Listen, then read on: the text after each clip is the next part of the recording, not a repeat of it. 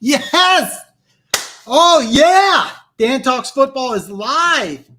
Apologize, I'm like a few minutes late. I was enjoying Thanksgiving leftovers.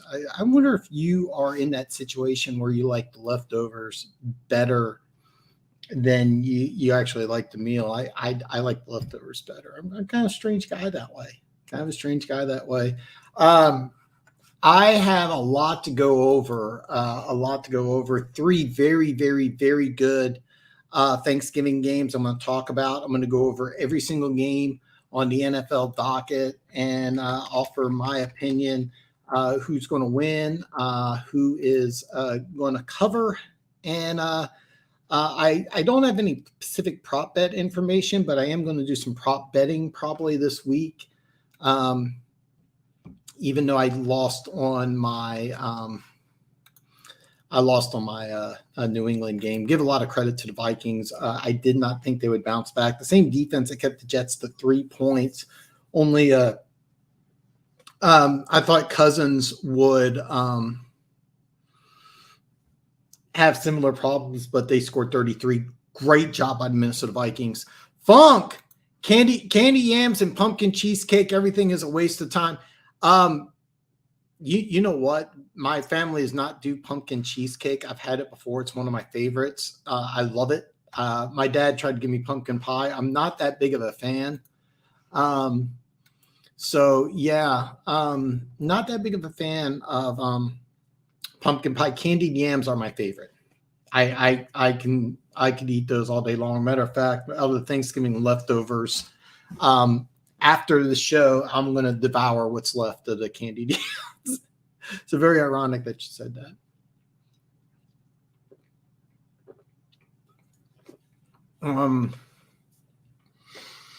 I was going to start off.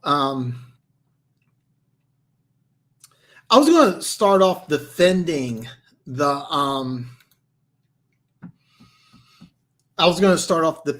I should have got his name before I came on the air, but I was kind of running around.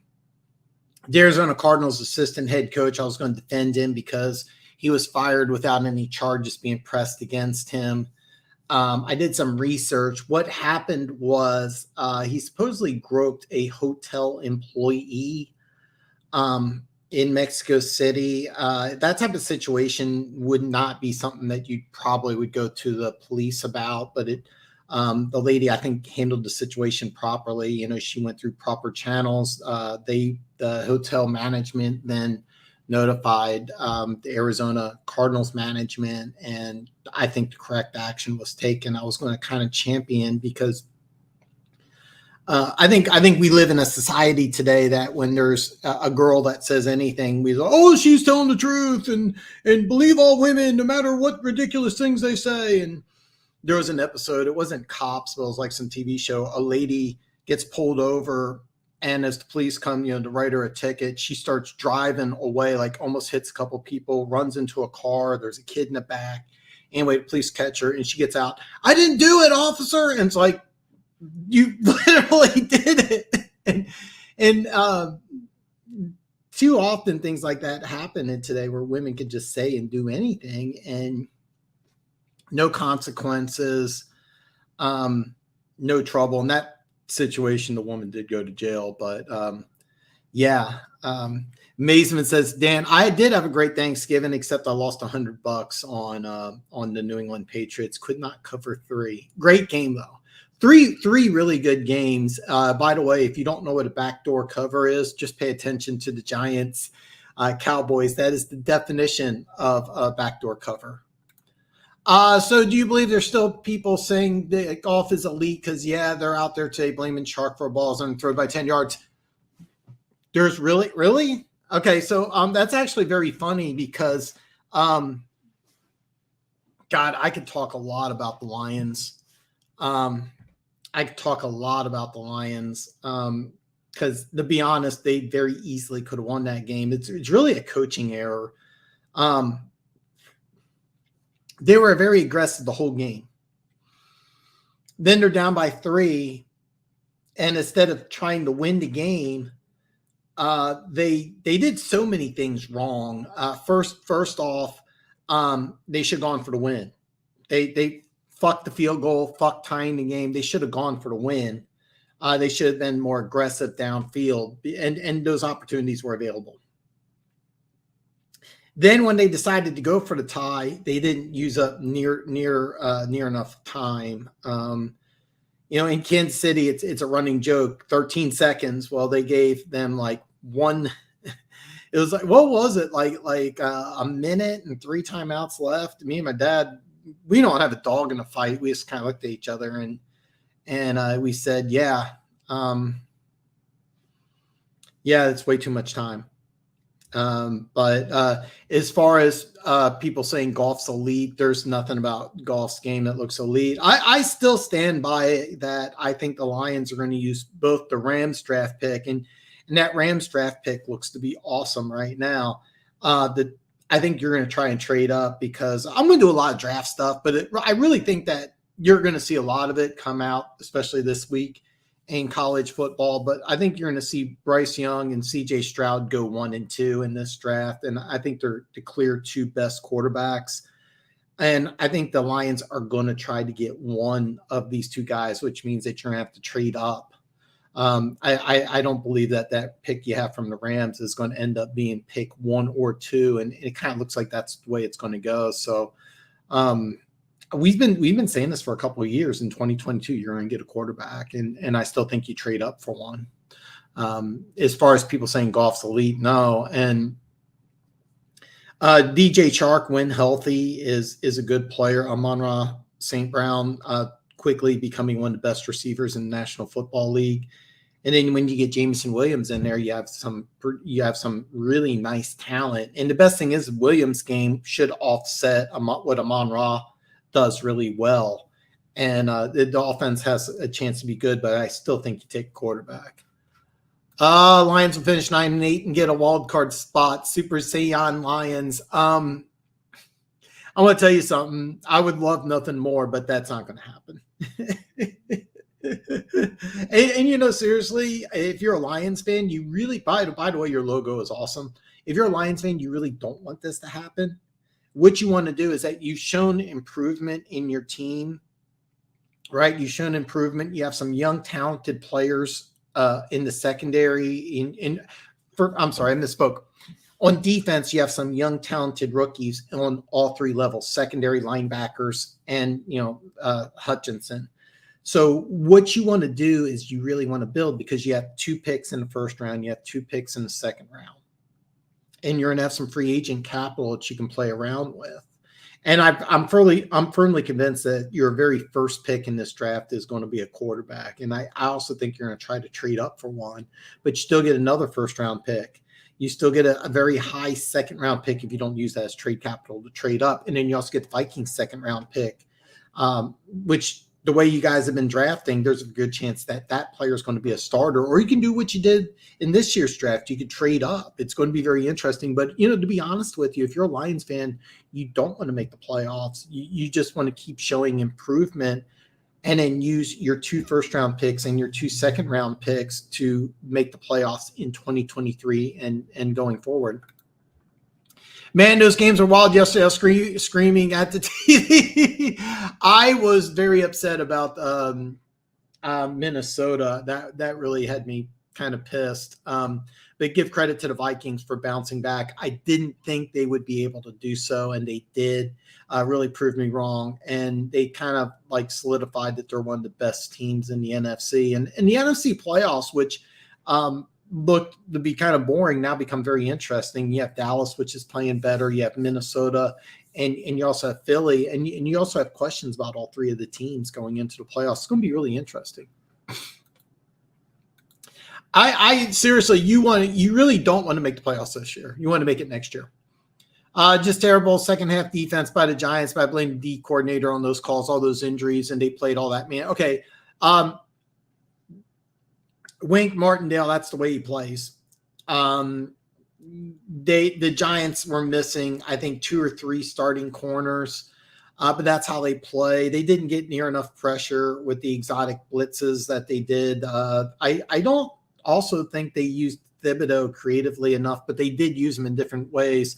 The Giants are a team going into 2023. It's going to be very interesting because they have a nice blueprint on defense. They need some players, and they also need to figure out what to do at quarterback. Do you want to keep Daniel Jones? Do you want to move on? Do you want to go with Jimmy G? Do you draft somebody? I mean, there's 101 different things. Giants disappoint, but the Vikings, very impressive, Alex. Very, very impressive. I'm also hoping, and I mean, not against Kansas City, but I need the Texans to start winning here. Very interesting game they have against Cleveland next week, and we'll talk about that. Was it 23 seconds? I thought it was a lot more, and they did have timeouts. Goff's not an elite quarterback, but he is definitely not washed. He's not top 10. And in the NFL, if you don't have a top 10 quarterback, you need to get a top 10 quarterback. Speaking of which, I wanted to talk about – okay, you mentioned this already. Yeah, I was going to talk about both Zach Wilson and Davis Mills being benched. I want to talk about both of those. I'm going to go through some more comments. I'm going to talk about both quarterbacks being benched and what they mean for both teams, and how they've also affected the point spread, which I'm looking now. And both those quarterback benches have had effect on the line in different ways. Lions just have to learn how to win close games. Allen should have had a pick on that final winning drive. A better defense picks that one off, probably lose. Bills flirting with disaster. Well, not really. I'm drawing a blank on his name. And by the way, Funk, you know who it is. Number 31. He's a rookie, a guy that I wasn't very high on. He's been playing lights out. That was just a good throw. He's a rookie safety. That's good play. That's not anything wrong with what the Lions did. That's just Josh Allen and Stephon Diggs being two of the best at their position. But do they need to learn how to win close games? 100%. There shouldn't have been that much time left on the clock. Plus, and to be honest, what should have happened is the Lions should have had some balls, and instead of going for the field goal, they should have went for the win. They should have went for a touchdown, not a field goal. And that's one of the biggest problems I have, because clock management, this is a problem when Patricia was head coach, is that they don't know how to win close games, and they really don't have clock management. They have a lot of what I call meathead philosophy. It's a lot of grit, but when it comes to thinking, they don't do that very well. And but give credit to the Lions. They played a very, very good Buffalo team and came very close. I personally walked away from that game going, damn, because here's the deal. Lions are starting. I know 3 rookies, 4. I mean, you guys tell me. I think at least 3. That offensive line's young, talented, and quickly getting better. Jameson Williams didn't even play. And Amon-Ra, I don't think it's 100%. And I mean, there's a lot of things to like about the Detroit Lions as a young, talented team. They have some issues with the coaching. But this is a team that gets 2 first-round picks, 2 second-round picks, and has some free agent capital. So the Lions really are a team I'm looking at in 2023 is like circle the Detroit Lions in 2023. Goff is above average, not elite. He's not top 10. I'll give you that. Is he between 11 and 15? Maybe.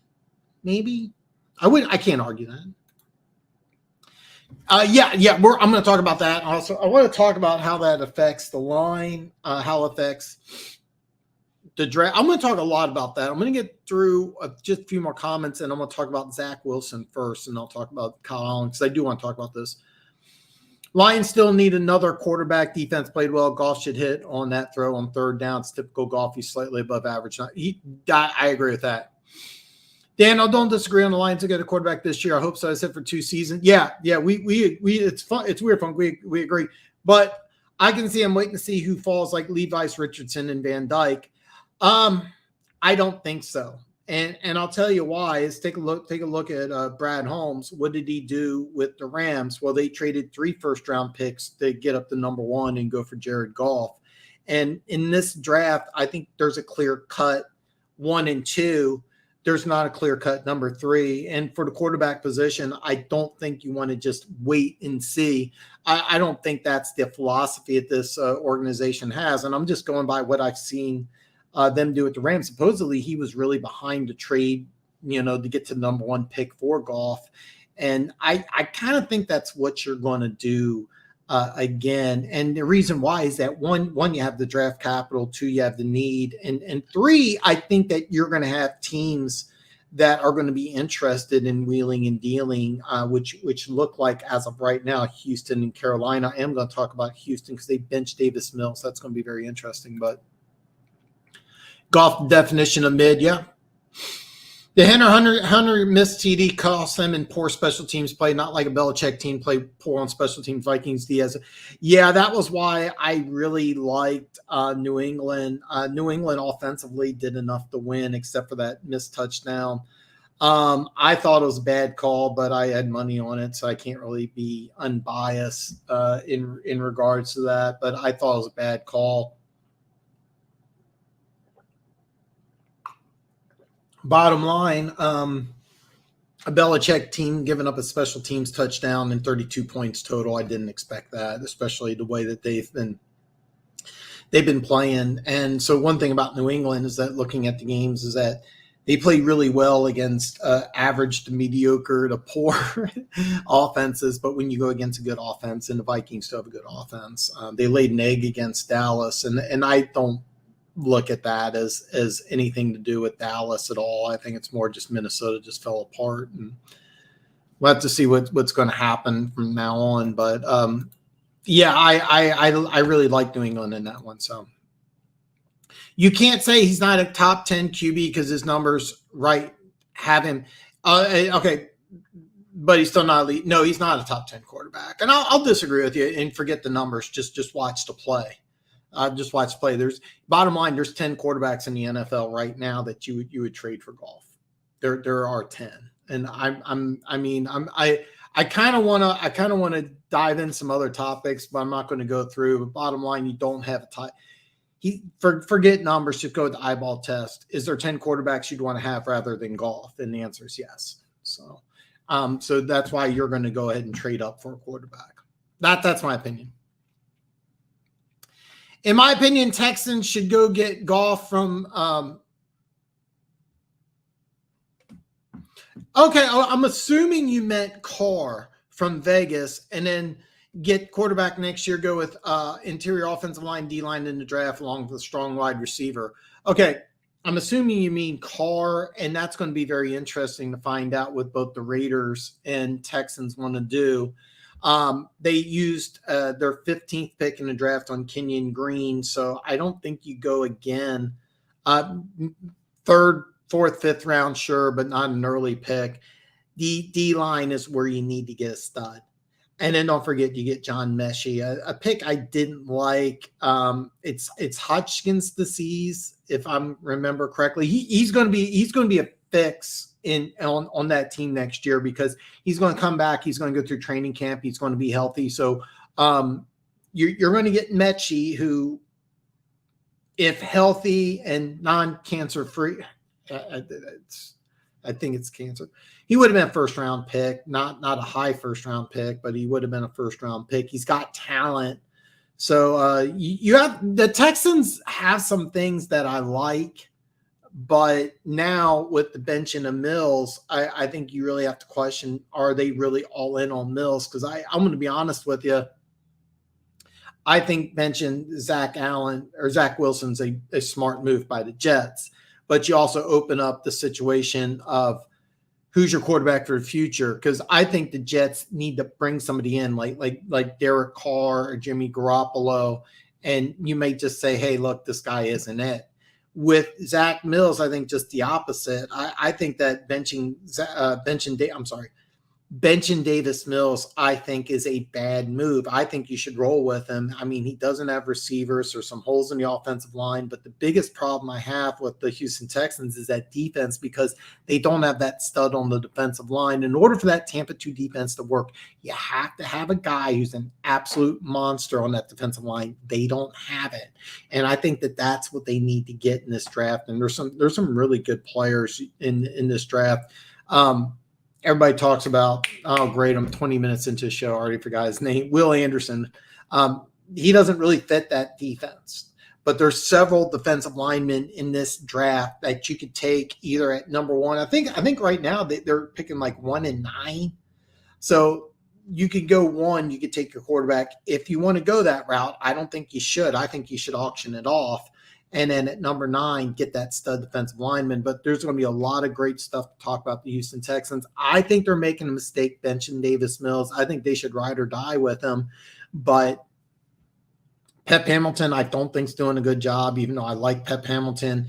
And Lovie Smith, the team has not gotten better at all. They look ill-prepared at times. I'm also mad because I have a lot of money on them. So it looks like he might or may not be on the hot seat. I could see Houston looking to get somebody else. I could also see Houston just say, hey, look, we're going to give you another year, but you need to be close to 500 and you're going to get one off season. But you're going to get 2 picks in the top 10. And well, you never know, because that number 1 pick, I think is going to be auctioned.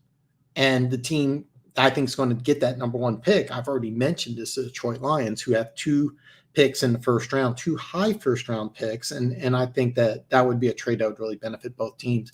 And the reason why is that Detroit has 2 picks in the second round. So I think I ranted a little too much, but I think you meant Derek Carr. And by the way, Derek Carr in Houston, I would love. I think it'd make a lot of sense if the Raiders want a quarterback, and I'm not convinced that they're going to do that yet. Oh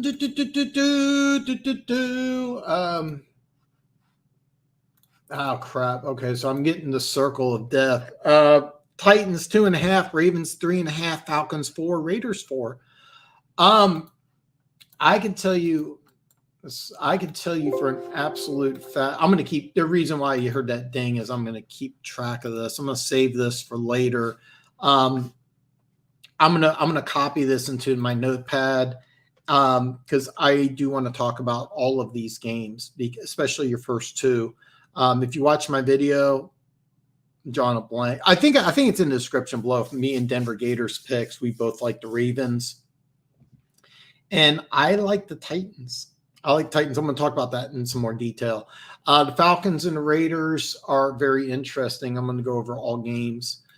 Jerry Jacobs was on Diggs all game. Jared Jacobs, an undrafted free agent from last year, was stud till he got hurt. And yeah, Kirby Joseph, the safety, almost bailed out Will Harris, who took over on Diggs for Jacobs. By the way, that's just a good game. Yeah, I got you. With the Packers being down, the Vikings possibly a 1 year.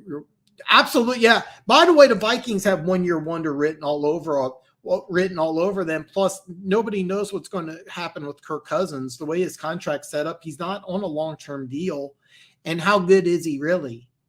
Do the Vikings want to move forward with a quarterback? Do they want to go with somebody cheaper? Do they want to give Cousins big money for the next couple of years? They're not in a good cap situation. And seriously, by the way, if you're mad at Amazement for saying the Vikings are a 1 year wonder, this reminds me a lot of the Chicago Bears and Matt Nagy. Matt Nagy took over that first year. They went 12-4 after years of being mediocre, and they had a longer streak than the Vikings did. But to me, Vikings do have 1 year wonder written all over them because they're in a bad salary cap situation. What do you do with Cousins? And yeah, you got Jefferson, who's probably the best wide receiver in football right now. Well, what do you do with Thielen? I mean, he's a guy who can't stay healthy. He's obviously lost a step. TJ Hawkinson, do you keep him? Do you trade him? If you sign him, you more than likely have to move on from Thielen. You have some holes on defense. Harrison Smith's probably going to be a cap casualty during the offseason. One of my favorite players. He's 32. He's going to make like, I think, over 20 million. So yeah. St. Brown should be getting, well, see, here's the deal. You combine him with Jameson Williams, and Jameson Williams takes the top off the coverage. So St. Brown can get, I think 15, I would say 10 to 12, but yeah, he's playing. For years, I kept on saying he's a number 2. He's a number 2. I'm wrong. He's a number 1. He's stud.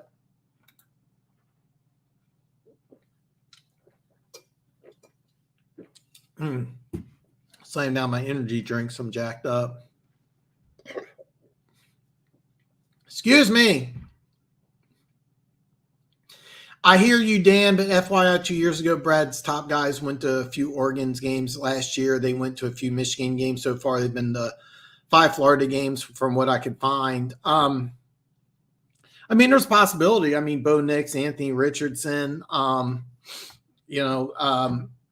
the quarterback at Michigan, I know he's a 5-star player. I want to say his name's McCarthy. I could be wrong about that. He's a sophomore. He's not even eligible. But don't get me wrong. By the way, I've been doing a lot of research, and Will Levis, apparently NFL general managers love this kid, and I finally got to see him play. I don't see a first-round kid, but he's significantly better than Jalen Hurts was his final year in college. So this is a guy I think that's really going to elevate. And if he ends up being the number 3 guy, and the Detroit Lions really love this kid, maybe. But I really think the Lions are really going to try to get either Stroud or Young. And to be honest, I really think the Houston Texans should go all in on Davis Mills. Just hey, this is going to be our guy. Okay. And the benching thing, I think they're making a mistake. I think it's a knee-jerk reaction. I don't know.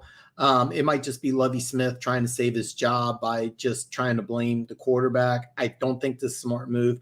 If I'm the Houston Texans, I'd sell Bryce Young like he's the cure for cancer and try to get as much as I can from the Detroit Lions. And I really think the Detroit Lions and Houston Texans making a trade so Detroit can get the number 1 pick and draft Bryce Young.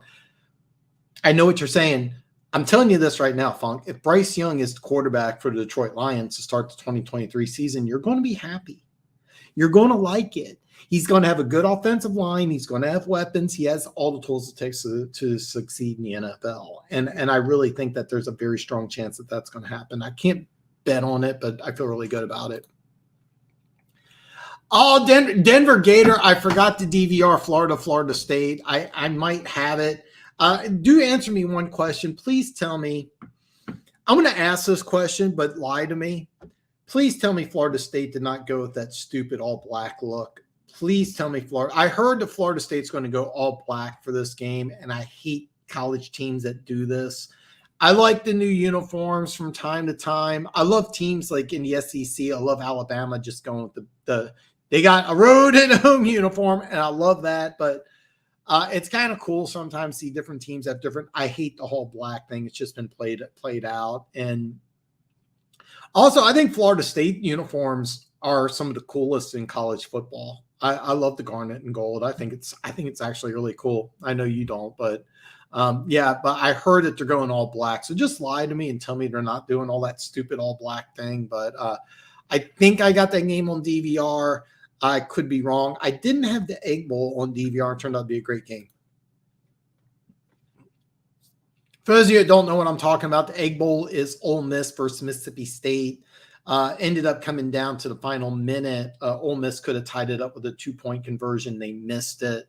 One of the best rivalries in college football is Ole Miss and Mississippi State, and it's called the Egg Bowl, but because they play in the SEC and neither one of them, it's been a long time since both of them have been like in the top 10 at the same time. Mississippi State wasn't ranked. Ole Miss was. Mississippi State did win that game, but both have winning teams and both are doing pretty good. So yes, Carr should be a Texans quarterback next year, then be the starter in 2024 to bring up the QB they draft. I'm telling you right now, I would go all in on Davis Mills. That's what I would do if I was Houston. I think they're making a mistake in benching him. I would just run with him, and I would work on trying to get everything else with the team fixed, because he has tools, I think, that can make him a superstar in this league. And I was really expecting him to have a good year. I haven't watched as much Texans football as you have, and that's kind of the reason why I want people from different fan bases to come on, because I haven't watched the Houston Texans play every game. I haven't watched them play every snap. You probably have. You tell me. I mean, I'm guessing because you're a fan, you're out on Davis Mills, where I thought you had your quarterback. You just got to build the team around. Derek Carr in Houston, I would love. I think it'd be a great story. For those of you who don't know, his brother was the #1 pick in the draft. He was the first player chosen by the Houston Texans. Didn't have a lot of success. Was really just beat up and became shell-shocked and didn't succeed. But I would love Derek Carr to be at the Houston Texans. And the reason why also is because I'm a Chiefs fan, and I would love to see him get out of the AFC West, where he's really good. He's a really good quarterback, and the Raiders, they're kind of a weird situation, because they're I kind of want to rant about the Raiders, but I think Derek Carr's a really good quarterback, and I think the Houston Texans would give him an excellent opportunity to move forward. But then if you do that, then you draft a guy in 2023. The question is, do you draft the guy at the #1 pick overall and have him sit for the whole year? It's hard for a team to do this, but I think it'd be a smart move, to be honest. If the Houston Texans, let's just say the Houston Texans get Carr, you probably have to trade for him. All right, so you have to give up some draft capital to get Carr. Then you use the #1 pick in the draft, probably Bryce Young, but I mean, it could be Stroud. Let's just say it's Bryce Young for fun. So you get Derek Carr, you have to give some draft capital there. You get #1 pick in the draft, you use it on Bryce Young. Then you have to sit Bryce Young for a whole year. That's hard to do. That's really hard to do. But if you do that, you also, I mean, you have to figure out Derek Carr's contract. I don't have it pulled up, but I mean, you're basically renting him for a year. I don't know if he'd really want to go for that. I'll be honest with you. Like, I don't think that would work, because if I'm Derek Carr, I don't want to be there for a year. Here's what you do. If you go for Derek Carr, you trade that #1 pick in the draft. You trade it and get as much draft capital as you can. And then you build your team around Derek Carr. Then what you do is you draft a guy in 2024, not 2023. You draft a guy in 2024, and then he takes over in 2025.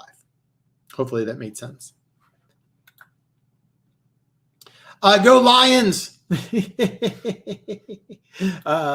I have a DraftKings pulled up. Bear with me. It resets. And when it resets, it gives me a different order, which I didn't realize. But the league just got a free warning for what's being built here. I agree. I mean, there's some really good things. All you need is a quarterback. Goff's not terrible, but he's not top 10. So, real talk, Dan. I like a few defensive guys this year. I can see a situation where the Lions' first pick ends up being Quentin Johnson, a wide receiver from TCU. He's the missing body type. Seriously, I actually like that a lot. Let's say you use your first pick on a quarterback, and then you use your second first-round pick on Quentin Johnson from TCU. He's a guy, by the way, I've been watching him. I really like that kid. And he's a guy I think that NFL teams are really going to fall in love with. I'm curious what his combine turns out to be, because is he a guy who's a 4.55 guy? Is he a 4.45? Because this is a guy, I'll be honest, I think I like him more than I like Drake London from USC. I really like this guy. And by the way, that would make a lot of sense for the Lions, because you're the one who told me this, and I really didn't believe you, but I watched them on Thanksgiving. They don't throw to the tight end at all, which is, I think, kind of unusual, especially in today's offense. Now, I'm in Kansas City, so I've been used to tight ends catching about 7 to 10 catches a game for the last 30 years, it seems like. 25, really. Gonzalez was drafted in 96, if my memory serves correct. So 26 years. I've been watching tight ends get 7 to 10 targets a day. So watching the Detroit Lions not throw to tight ends is very strange, but you're right. And a guy like that would make a lot of sense. It would make a lot of sense. So Dan, do you consider Lamar elite? Because in my opinion, he's not won an MVP for running for over 1,200 yards. His passing was horrible. Do you think he's a better quarterback than Goff? That's a tough question.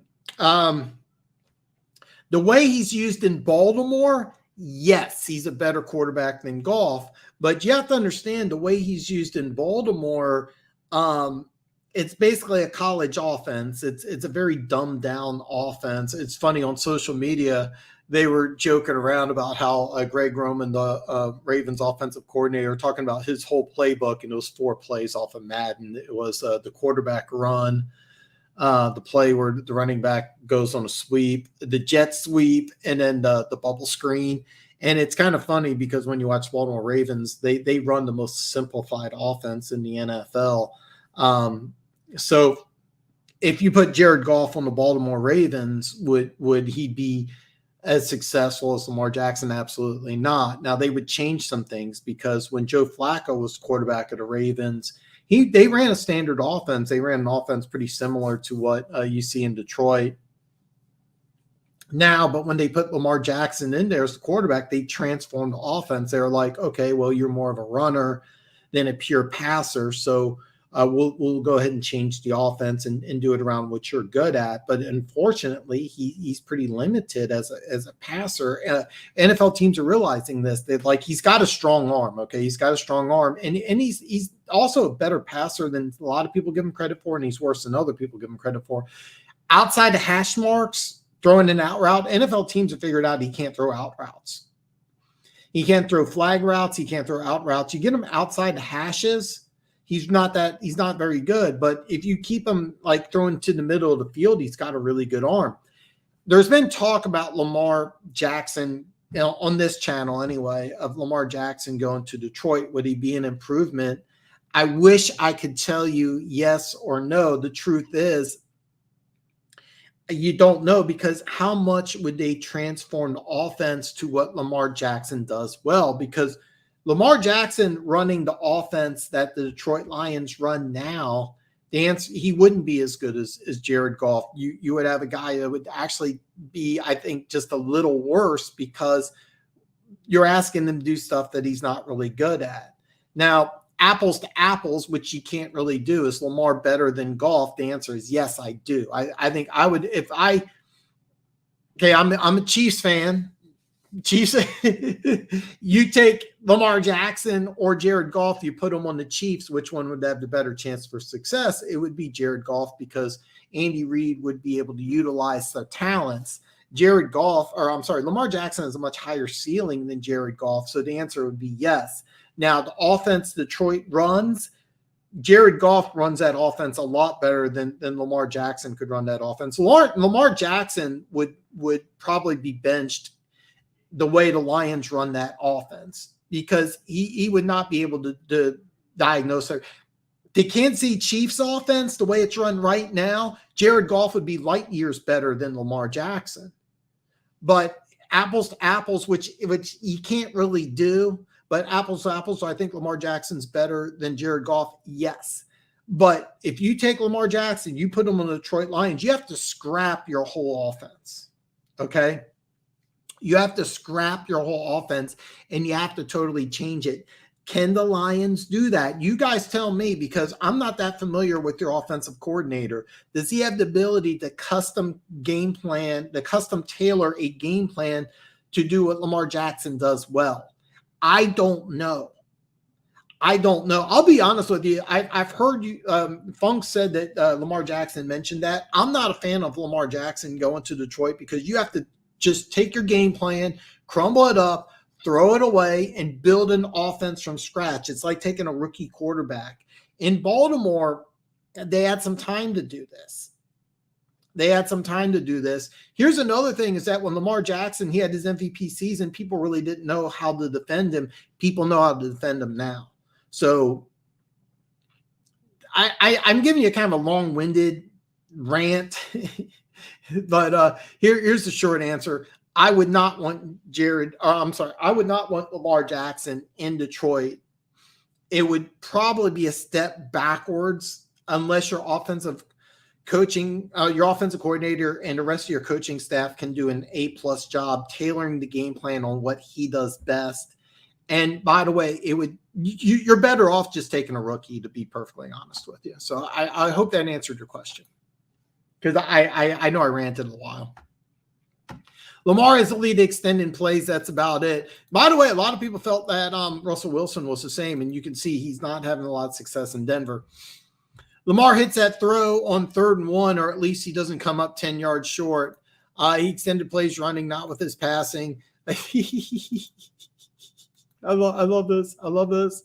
This is awesome, and I am very behind on comments. Derek Carr would be an improvement. All right, so I love. By the way, Hatter's House, Super Saiyan Lions. I love you guys. Don't forget, guys, give me a thumbs up, and if you haven't yet, hit that subscribe button. Hey, Denver Gator Richardson sitting out the bowl game. That may be I did not know this, amazement. I did not know that he's sitting out. That's going to be a big story, and I really want to pay attention because I think Richardson is a 1st round pick. So I wasn't aware. I'm going to say Levis because that's a name I heard. Has that Josh Allen thing to him, big arm. I call him Diet Josh Allen because here's the deal. Like, I watch Josh Allen. I'm like, I see why he's a 1st round talent. I watch Levis. I'm like, I don't see a 1st round quarterback, but I see a lot of things I like about him. And apparently, okay, so I mentioned this in my last show, at least I believe I did. Maybe I just mentioned this Denver Gator. It used to be that NFL general managers and coaches really paid attention to grades. Levis is a 4.0 student. He apparently has a degree in finance, which is really smart. That used to mean a lot. I don't know if it still does. With the NIL and all the money that you can make, grades may be taking more of a back seat. But for those old school general managers, I think Levis is a guy that's really going to skyrocket up. There's a chance, like right now, I looked at him. I saw a guy, he looks like a 2nd, 3rd round pick to me. Would I take him late in the 1st round if I knew I could sit him for a year? Yeah, maybe. I think he's going to go in the 1st round. And the question is, now here's the deal. Jalen Hurts, I like Levis a lot more. I like Jalen Hurts his last year at Oklahoma. But the difference is that he had his last year at Oklahoma, then the Senior Bowl, then during the combine, he just aced it. And if Levis does the same thing, then he enters the draft as the number 3 guy with the potential to go top 10. But that's not easy to do. That's not easy to do. I haven't even talked about Herndon Hooker. That's a guy who I thought would definitely go in the 1st round. I thought definitely would go in the 1st round. I have no idea if he goes in the 2nd round or if he goes in the 4th round. He could go in the 5th.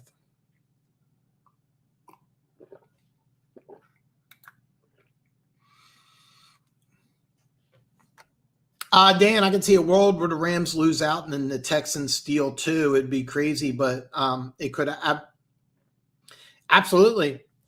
There's no guarantee that Carolina is going to get the number 2 pick. There's a lot of people think Carolina is going to win against Denver this week, and if Carolina does beat Denver, there's a very good chance the Lions have the number 2 pick in the draft.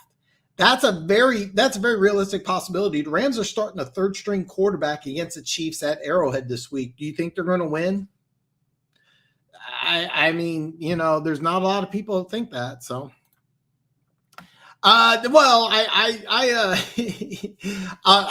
lot of people think Levis is similar to me. He's like Diet Josh Allen. I get the similarity, but not really. Allen is a guy that could be an NFL tight end or linebacker, and Levis can't. So, I kind of sort of agree. It would be funny if Carr goes to the Texans like his brother. Yeah, I would love that. Slasher, what's up, brother? Ugh, 1540, what's up, brother? I was very impressed with the Lions, but I get why you're upset. Dan, I don't know. Golf struggles hard when it comes to the second read. Most of the time, he just doesn't let it fly early because St. Brown's on slow development play and he's waiting for stuff to clear out. I think that these are all reasons why Golf would be a great guy to start 2023 until you get your rookie up to speed. But it's going to be a great, interesting story. I don't think he's horrible, but if you're looking to draft a quarterback, I understand why you don't want him to be your starting quarterback in 2023, but he's not horrible.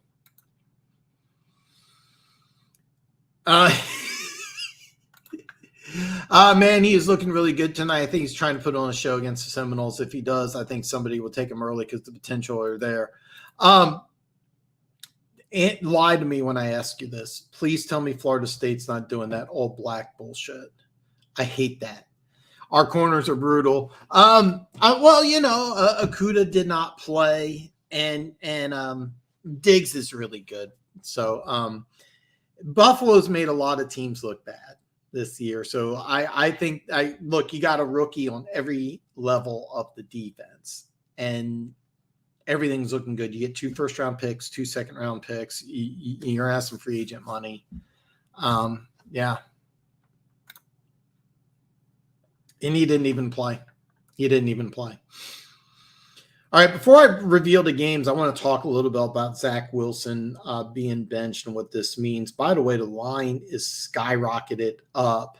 It was at 4. It's now at 6. They're now a 6-point favorite. Now, in all fairness, this isn't because of Allen. It's also because it looks like Justin Fields has a shoulder separation, and he's questionable for the game. I actually think he's going to play despite having a minor shoulder separation. Give kudos, give credit to Justin Fields if he does go out there and play. I wouldn't be surprised if the Bears just try to after this week, just shut him down for the rest of the year and just say, look, you proved enough. You're our quarterback going forward. You know, hey, forget the rest of the season. We're going to get some draft picks. And I wouldn't be mad at Chicago if they did that. What this means for the Jets is that I really think that you have to figure out what you're going to do this offseason, because now you bench Zach Wilson. I think you're throwing that pick away, to be perfectly honest. I think that now you have to look at either the draft or free agency and say, hey, where's our next quarterback? There's a lot of talk in this group that Lamar Jackson going to Detroit. And to me, it makes so much more sense to have Lamar Jackson go to the Jets. That's kind of why I thought Justin Fields would go, and you just run that dumbed down offense and just play great defense. Is there a chance that this could happen? I don't know, but I think that now you're looking at the guy who was the number 2 pick overall, and I think you're throwing that pick away. I think that you could go into this offseason and say, is Jimmy G available? Is Ryan Tannehill available? Is Matt Ryan available? Is Carson Wentz available?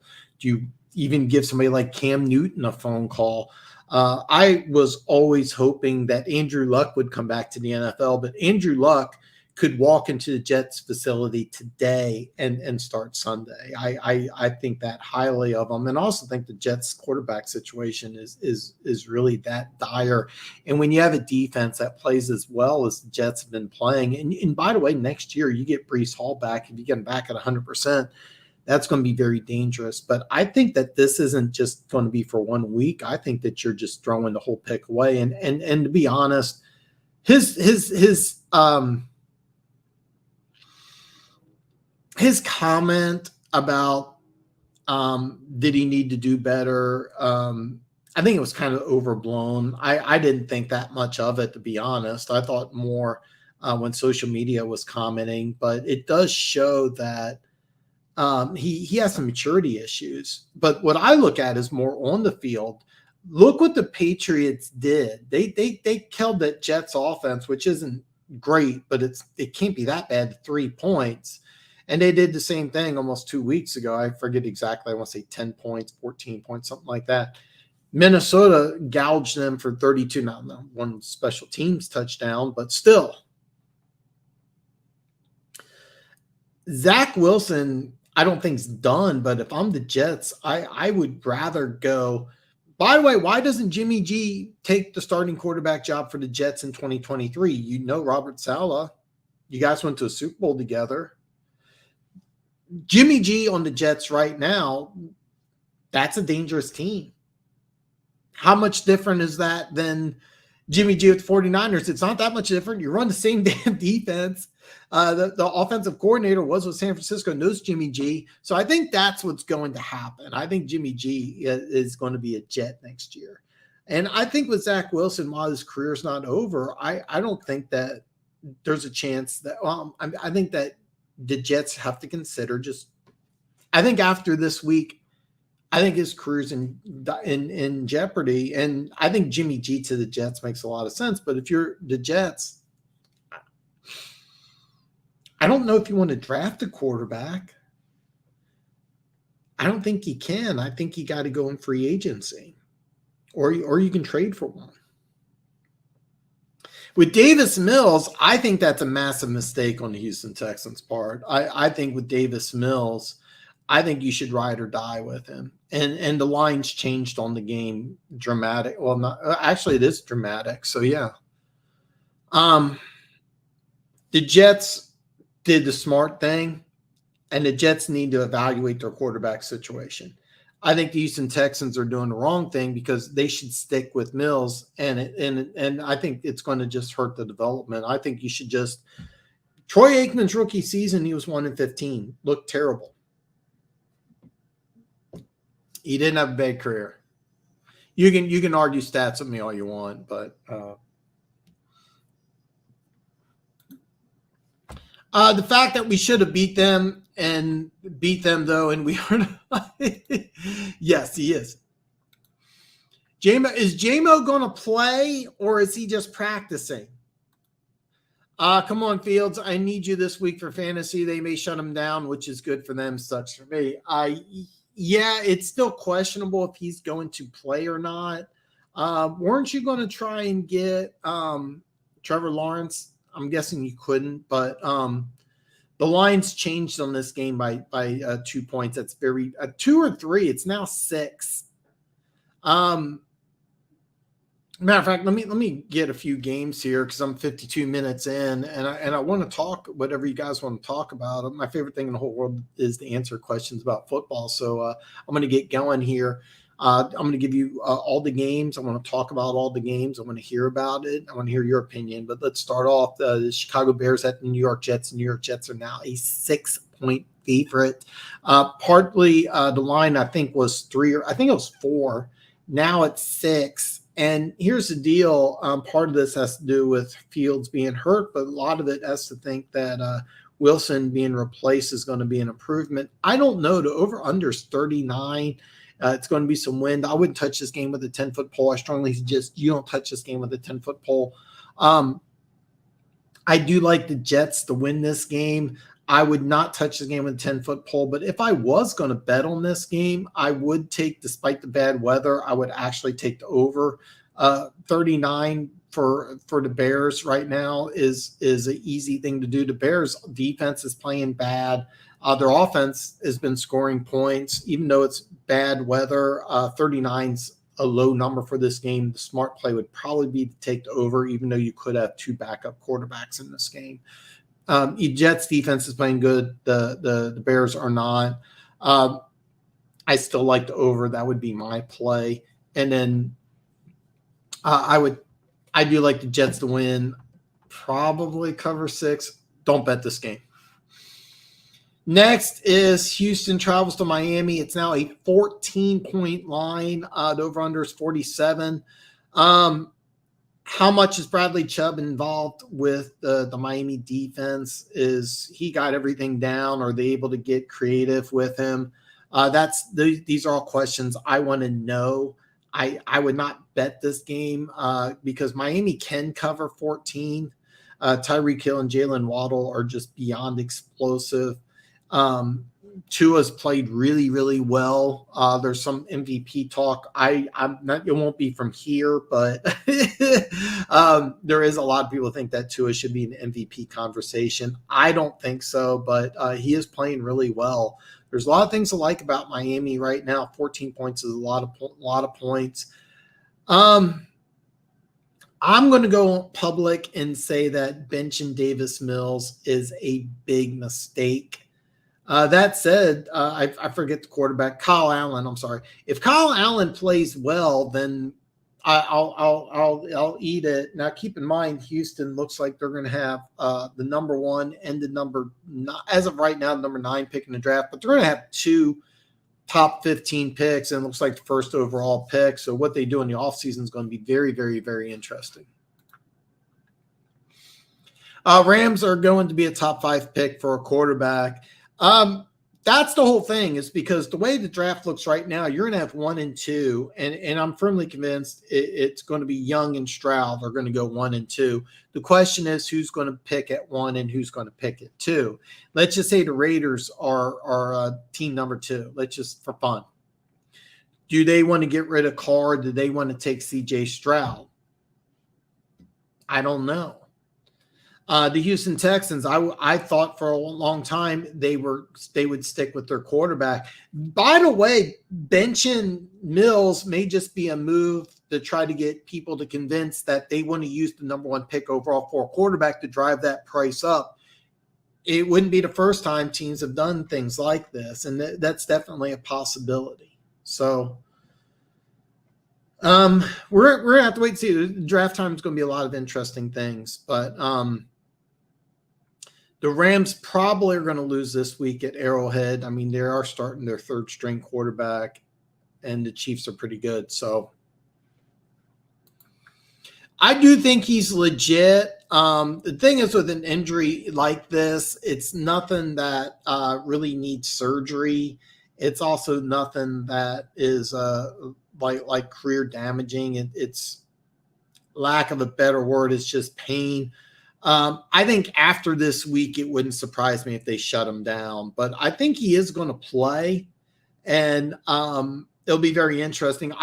Don't bet this game at all, but I do think he plays.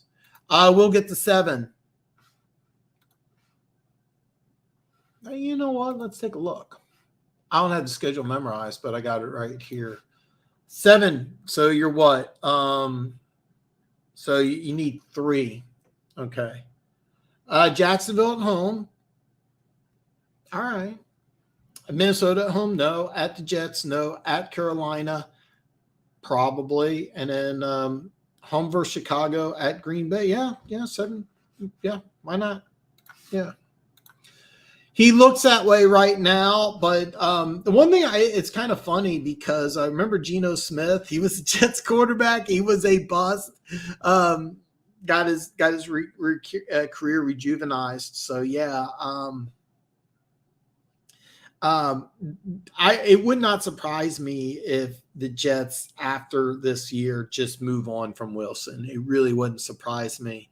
I think it's way too early to call somebody a bust, but he's got talent. He's got a lot more talent than Geno Smith. Remember, Geno Smith had that incident, so I'll leave that alone. But it's too early to call him a bust, but it looks like it right now. Looks like it right now. Texans should draft a quarterback. Jets should pick one up or do a deal. I could see both of these things, and I'll be honest. What the Texans are doing is going to be if Kyle Allen plays really well, then use the first pick for Bryce Young. That makes a lot of sense. The Jets could easily do a deal, and I think Jimmy G just makes a lot of sense. Their offensive coordinator was their offensive coordinator is I'm drawing a blank on his name. He's the brother of the Green Bay Packers head coach. And he's pretty well thought of among NFL circles. He was the 49ers run game coordinator, and he was there in San Francisco for a while. So Jimmy G going to the Jets, to me, just makes a lot of sense. I mean, I would almost say it's 50-50 if that's going to happen. I would put it at 50-50. So I think Jimmy G would be the quarterback of the Jets next year. So very likely he plays, but you're wrong on our draft class. Yes. I didn't like your draft at all. Keep in mind, I still think it was a mistake. Pascal was drafted way too soon. I don't think you should have traded up for Williams, but I mean, you guys got 3 starters on defense. By the way, I was 100% correct on Aiden Hutchinson. So give me credit there, because you guys are trying to, by the way, don't defend, the Hamilton talk by PFF calling him the best safety in football. That's just another example of why PFF's a clown show. I have zero respect for them. I would strongly suggest you take it. I would strongly suggest you take Lawrence. Speaking of that, Baltimore at Jacksonville. The line's now 3.5. There's been action on Jacksonville. The over-under is 43.5. I forgot to check the weather report. Denver Gator loves Baltimore. I do too. I hate 3.5. I think this is going to be a close game. I right now, Baltimore's a team that really scares me in the AFC because they're getting healthy and are getting healthy at the right time. This is one of those matchups because Jacksonville has a smaller but fast front seven, and I think they match up pretty good against Baltimore. It wouldn't surprise me if this ends up being a low-scoring game. Again, I didn't check the weather report, but I do like Baltimore to win this game. Baltimore's the team in the AFC I think that people really need to watch out for. But I do like Baltimore to win. Do they cover 3.5? I don't know. They didn't look good against Carolina. It depends on how well you think Carolina's defense is. Is Carolina's defense better than the Jacksonville defense? They're different. Jacksonville has more speed on the front seven. I think Carolina's better overall defensively, to be perfectly honest. So, but that's something to kind of consider. But I do like Baltimore to win this game. This is a game Denver Gator really likes. He took it at 4. I think both New York teams could miss the postseason. Crazy because both of them started so well. Yeah, absolutely. The Giants are a team that's kind of winning with Barkley. Barkley, by the way, if he just would have been healthy, there's a very good chance the Giants would have been in the same type of situation. The front seven's good. They have a lot of holes in the secondary. I don't know if their starting right tackle, the kid from Alabama, number 7 pick overall, or was he number 5? I think Thibodeau was 5, and then Neal was number 7. I don't know if he's coming back this year or not. But bottom line, just, a healthy Barkley goes a long way. I mean, if he's healthy, you have a chance, especially when you have a really good defense. And Giants do have a good defense. It wouldn't surprise me if both New York teams miss the playoffs. With the Jets, it's because Zach Wilson hasn't developed or grown. He actually looks worse.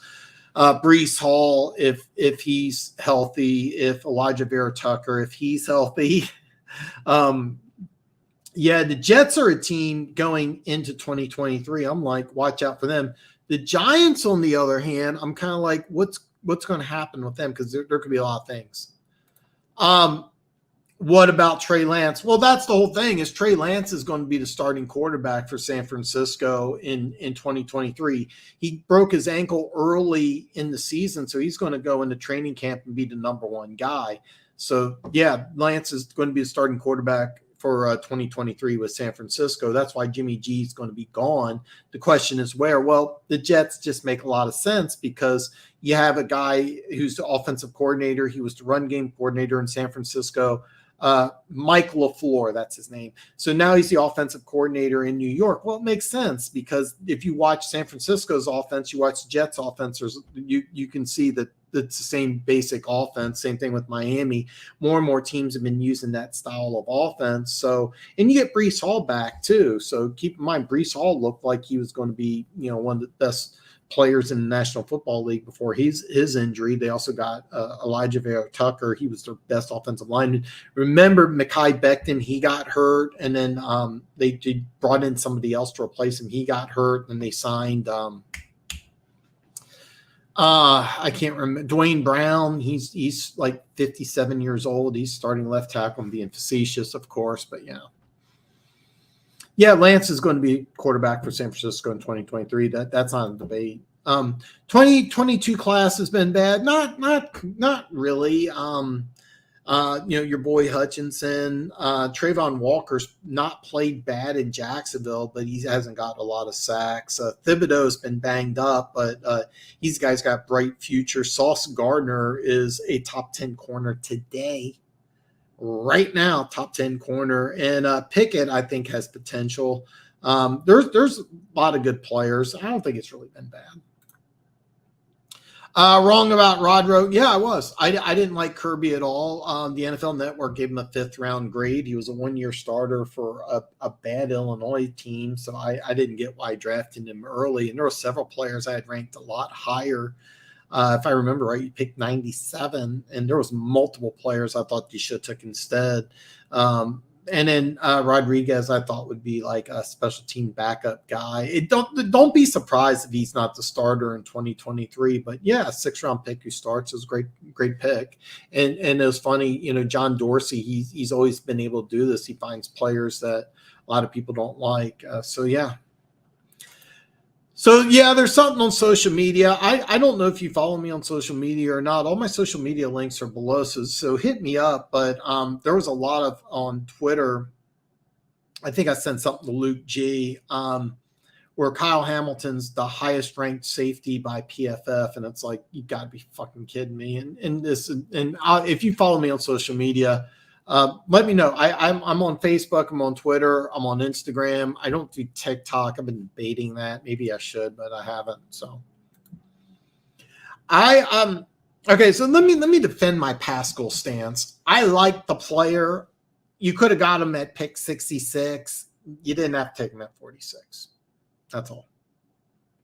Good. Could start next year. So yeah, it's a good pick. Good pick. Next up, Cincinnati at Tennessee. Tennessee's now a 2.5-point dog.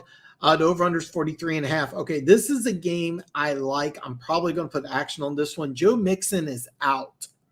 All right, Joe Mixon is out. The question is, Jamar Chase is a game-time decision. If I can get information that Chase is out and I can get 2.5, I'm 100% taking Tennessee. I might take Tennessee anyway. This is going to be my bet of the week. I love the Titans. The fact that Mixon's out really limits your offense. I like the fact that Tennessee's at home and their defense is better than Cincinnati. So you have a home field advantage. You have a better defense. And Derrick Henry is awesome. So I really like this. Denver Gator, I don't have the game on DVR. I hope I got the game on DVR. There's a good chance I don't. Sorry, man. Sorry about that. Next up is a very, very good, very underrated game. Atlanta versus Washington. Washington's now a 4-point favorite. I've been seeing this fluctuate quite a bit, but you can probably get 4 at a lot of places. The over-under is 40.5.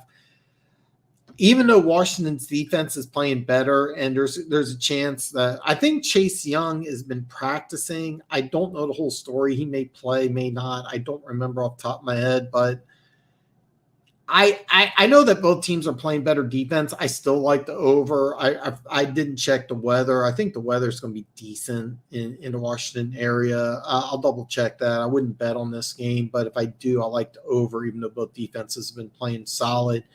Very underrated game. I like the way Washington's been playing, but I also like the way Atlanta's been playing. They've been solid. It wouldn't surprise me if Atlanta wins this game. But I really don't want to go against Washington. So this is going to be a game that I'm really excited to watch. I really like the way Atlanta's been playing. I thought there was a good chance that they could sneak away and win this division. If so, they got to win this week. I'm gonna do it. I'm gonna say Arizona. I'm gonna say Atlanta's gonna win. Give it the upset, even though I love the way Washington's been playing. Next up, a games that's been fluctuating all over the place, except for the over/under, where it's just been dropping, and that's Denver at Carolina. It's now 36. I want to take the over just because I don't think it matters. Sam Darnold's going to start. Denver was at one point a 2.5-point favorite. They're now only a 1-point favorite on the road. Both defenses are playing really good. 36 is just such a small number for the NFL. With Darnold starting, you really don't know what to expect. I mean, I'll be honest, Darnold, I think, is the best quarterback on that team, but he hasn't played. I mean, he hasn't played all year. So, I mean, what do you do? I kind of like Denver in this one. I think Hackett's going to be gone after this year. I think that it's just been a disaster. And then the Russell Wilson thing's been a disaster as well. But I think Denver wins this week. It'll be kind of a fun game to watch. It's very rare that two teams with losing records you're kind of excited to see. But I actually am excited to see this one. The way things are in the Kansas City area, more than likely it's going to be Jets and Bears. I'm really, really hoping that's going to be Tennessee and Cincinnati, though. I think that's going to be the game that's on. Finally, the last early game is going to be Tampa Bay at Cleveland. And if you watched me earlier in the week, I told you I thought this game would go up, and it has. It's now Tampa Bay's now 3.5-point favorite instead of a 3. And here's the deal. The over-under is 42. It's going to be some bad weather. I liked Tampa Bay at 3. I'm not 100% sure about this game, to be perfectly honest. Everything leans towards Tampa Bay, but I do think Nick Chubb is amazing, and I think there is a chance that you just run heavy. It is going to be high wind, which affects over-under. I thought maybe Tampa Bay might be ready to go. They may make a playoff push and just really start to dominate over the next couple of weeks. I don't know. Because of that, I'm avoiding this game. I'm going to pick it, though. I'm going to pick Tampa Bay to win and cover just because I think Cleveland just can't run with it. The only way Cleveland does win this game is you just give Nick Chubb 30 touches, and he has a career day. Yeah, you better beat Jacksonville, which is a tougher out than you think. It's a tougher out. So do I like your GM?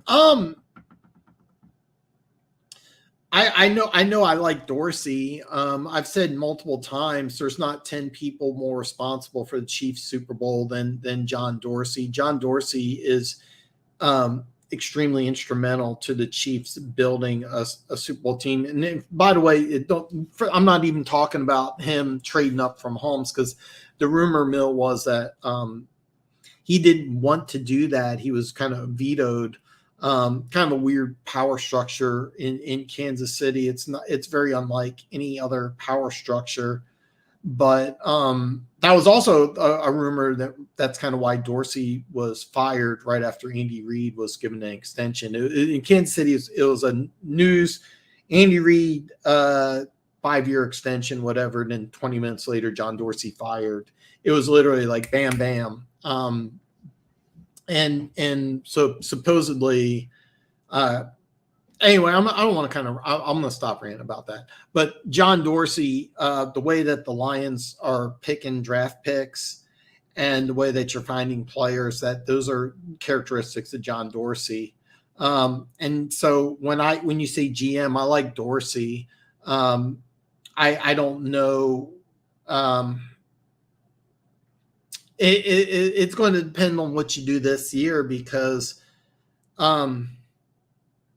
this is the year that you've been kind of ramping up to for like the last 3 years. This is the year that you take your quarterback. The trade for Stafford last year looked bad. This year it looks terrific. Hawkinson trade in the division is one of the craziest things I've ever heard of. Trading draft day with the Vikings is one of the weirdest things I've ever seen. I don't know. I don't know, but if I'm a Lions fan, I would be pretty happy because you got some young talent. It's just that it comes down to this draft. It comes down to this year. It comes down to what you do in Kansas City, because this is where the draft's held here in Kansas City this year. So it's going to be this draft, because you have to have impact players, and I think you have to have a quarterback. The answer to the Lions franchise for the next dozen years, it depends on this draft and what you do at quarterback. Because if you mess up on your quarterback pick, you go backwards, everybody's fired. So I like ours, Denver Gator. Jeff AKC. I know you're happy. Chiefs are a 16-point favorite against a third-string quarterback for a team that looks like they are falling apart. Just look terrible.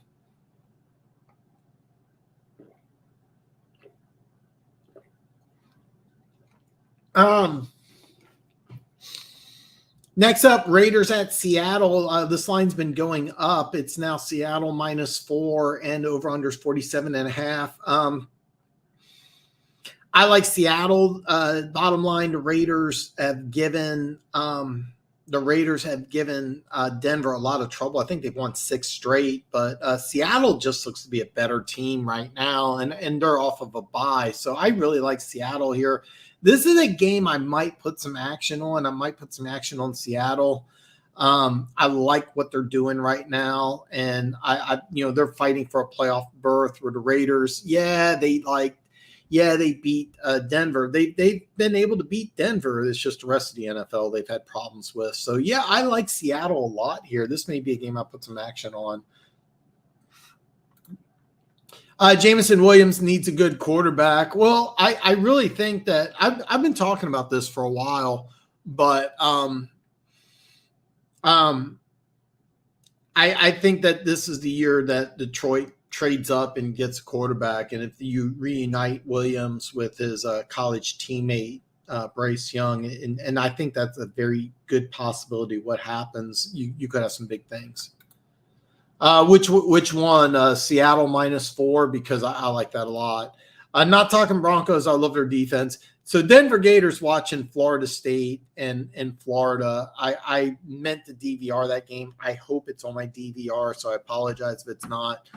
I heard a rumor Florida State's doing the world's worst thing, and they're going with the all-black uniforms. Dumbest thing in the world. But you're wrong on Kirby and Rodro, more than likely wrong on J-Mo. Okay. I'm not wrong on J-Mo, and I'll tell you why. When you're a bad team, and the Detroit Lions are a bad team, you don't trade up for a wide receiver who is beat up, who's injury prone, and he is. And so I'm not wrong on J-Mo, but I am wrong on both Kirby and Rodgo. So, it's actually 15.5. I saw 16 earlier. That's actually a game I may bet on. Rams keep, yes, there's a very good chance you end up with a top 5 pick. I think Rams will be a close game. I'm going to talk about that. And Allen looks really good. Allen?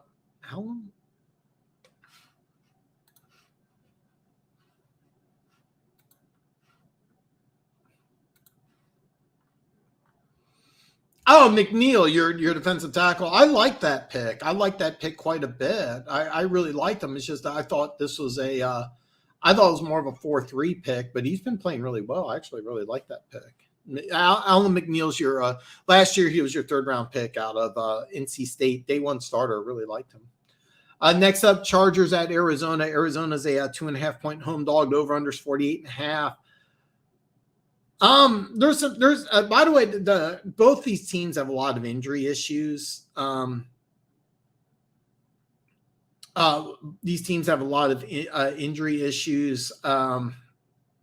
I don't know who's going to be a starting quarterback for Arizona. I think it's going to be Kyler Murray. If that's the case, even with all the injuries, I may take Arizona here. I think the Chargers, after losing that tough game, I think the Chargers are a team that's going to start to fall apart a little bit.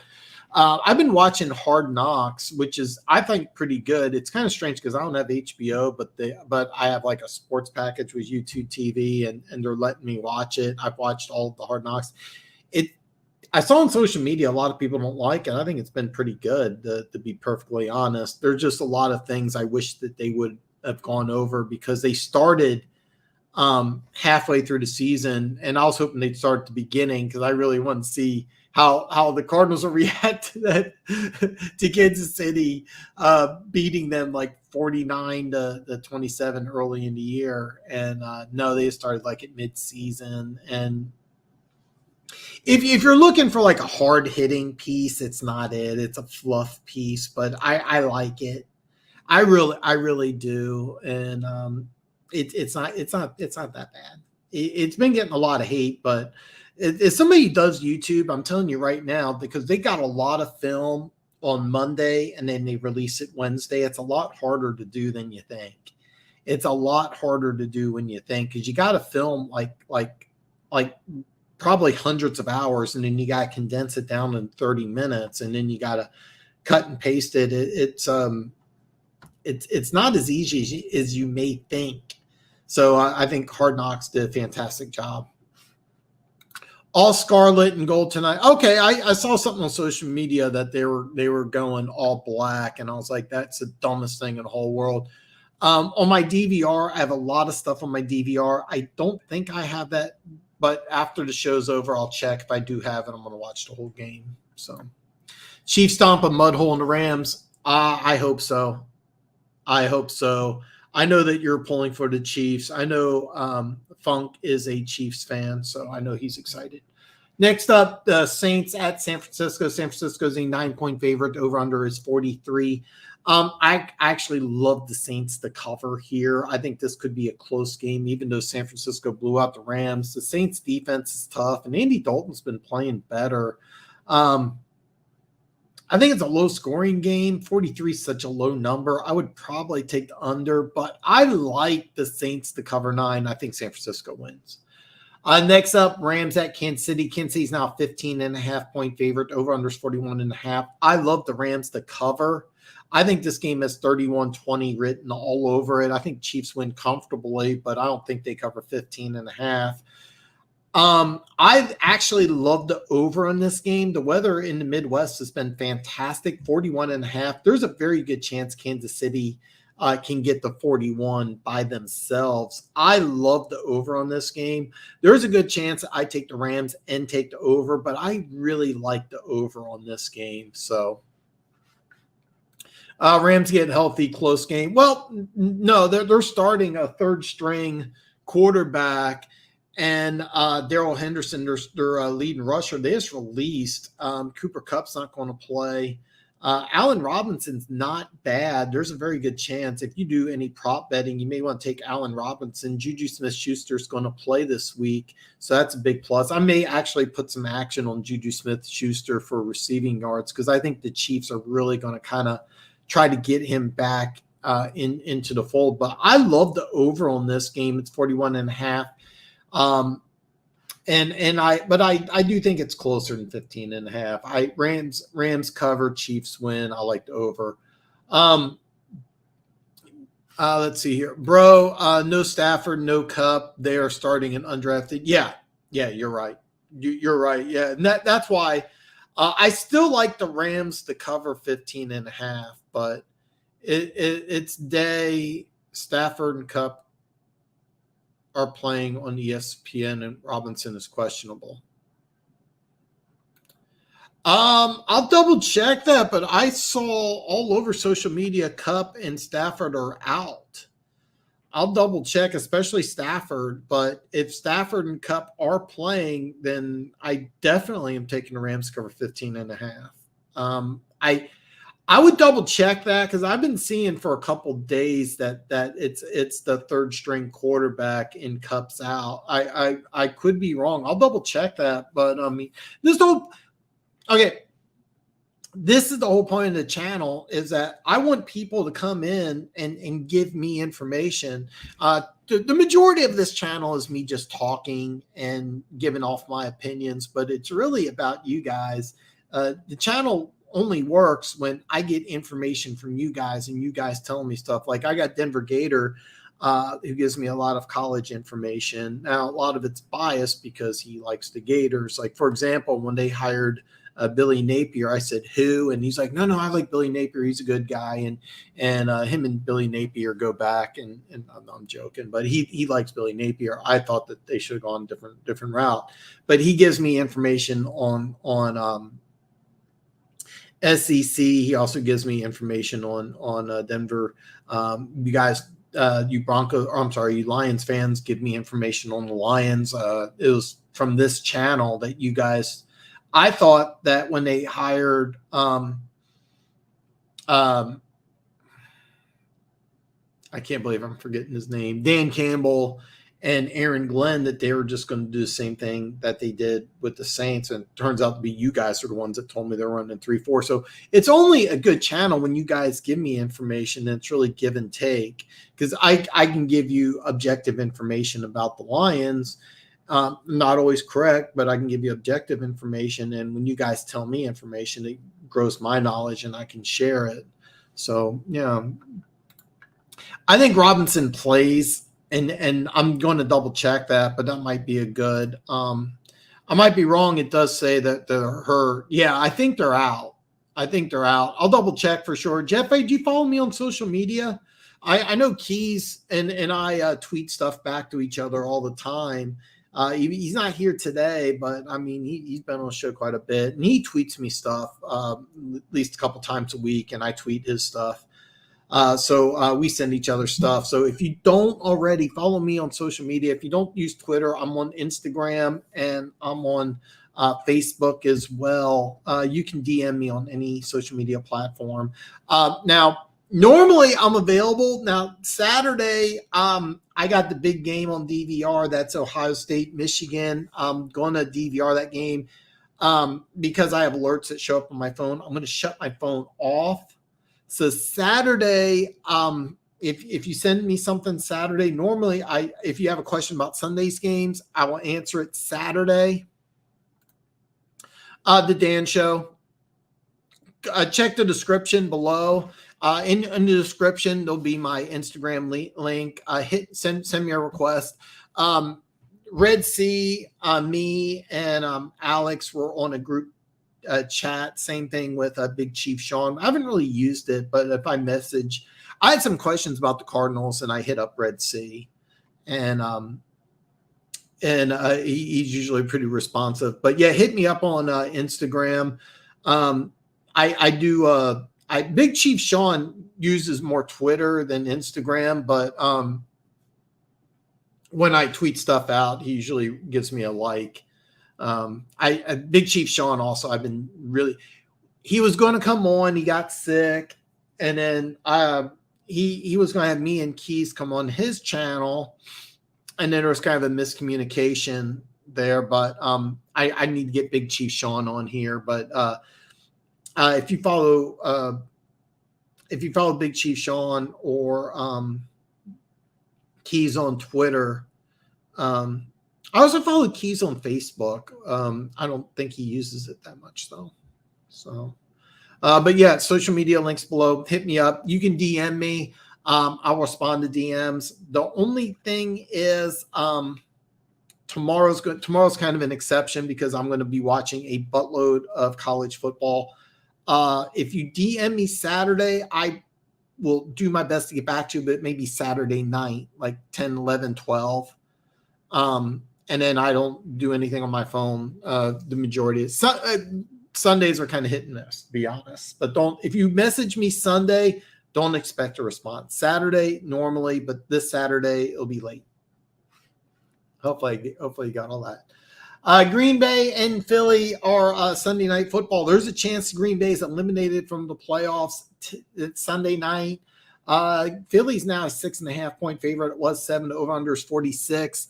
I really like Philly in this one. I've been wrong on Green Bay completely. So who knows? Green Bay may win by 2 touchdowns. You never know. Remember, Green Bay was down to Dallas in the fourth quarter, came back and win the game. So you can't rule Green Bay out at all. but I like the way Philly's playing. I really like the way their defense, the way they run the ball. Jalen Hurts is playing like an MVP candidate. He's not my MVP, but he's playing like an MVP candidate. So I do like Philly in this one. I have not picked Green Bay right all year. So that probably means Green Bay is going to win. If I was to bet on Philly, Green Bay would win by 3 touchdowns probably. Ain't nobody rooting for Michigan, Clemson versus Notre Dame. Notre Dame for the upset. It's funny because actually I have a buddy of mine. I haven't talked to him in a while. He was a big Ohio State fan. And he had like a Ohio State party once I went to, and him and his family, great guy, a guy I wish I kind of would have stayed in touch with. I think we're connected on social media one way or another, but I haven't talked to him in several years. But I remembered he was not a huge football fan, but a huge Ohio State fan. But actually, I have a guy I used to work with who was a big Michigan fan. So, but Clemson, I forgot about Clemson versus Notre Dame. I probably have that on my DVR.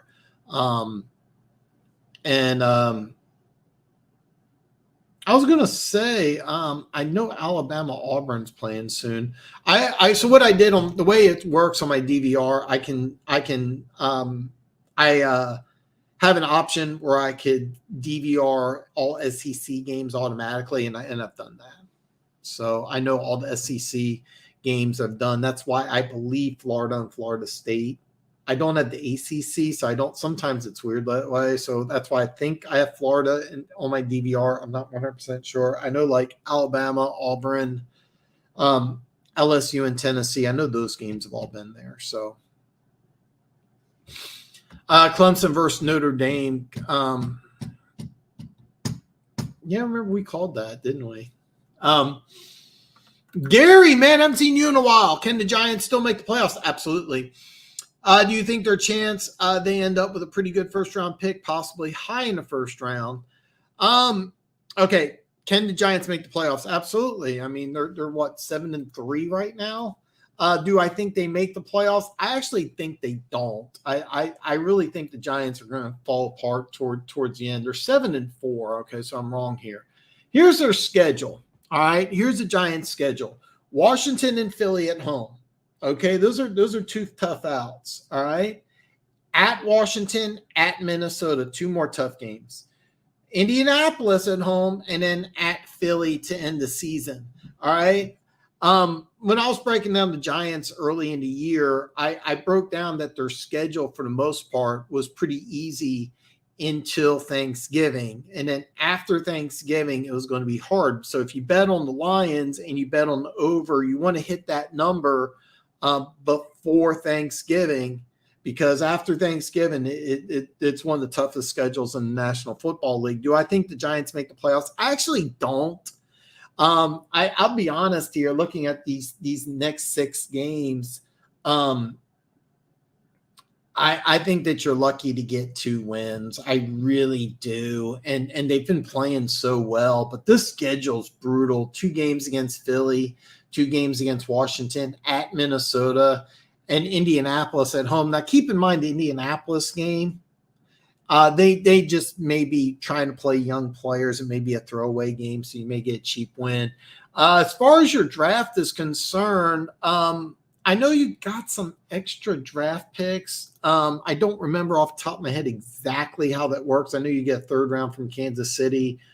As far as you getting a high pick in the first round, that's going to be interesting, because I think that part of the trade for Tony is that you want to get draft capital because you want to trade up, because I think that what the plan is to try to trade up for a quarterback in this draft, whether it's Levis, whether it's Richardson. Now with Herndon Hooker, you may be able to grab him in the 2nd round, maybe 3rd if you want to kind of risk it, because your head coach, I can't believe I forgot his name already. When he was in Buffalo, he took a while to build up Josh Allen. So for him building up a big mobile quarterback as a rookie. It kind of makes a lot of sense. Now, why wouldn't you do the same thing with Daniel Jones? Well, the reason why is if you sign Daniel Jones this year to a contract, you're going to have to give him a lot more than you want to give a rookie. All right. You're going to have to give him a lot more. And I think the Giants cap situation isn't all that great. And if I'm the Giants, I'm looking at my team as having some major holes that I want to fill in free agency.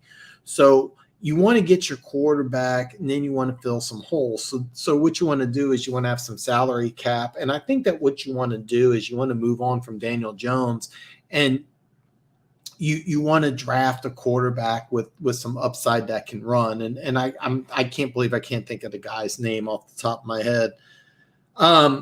But when he was in Buffalo, they used a lot of direct runs with Josh Allen. That's why I think that a guy like Anthony Richardson or Will Levis makes a lot of sense for the Giants.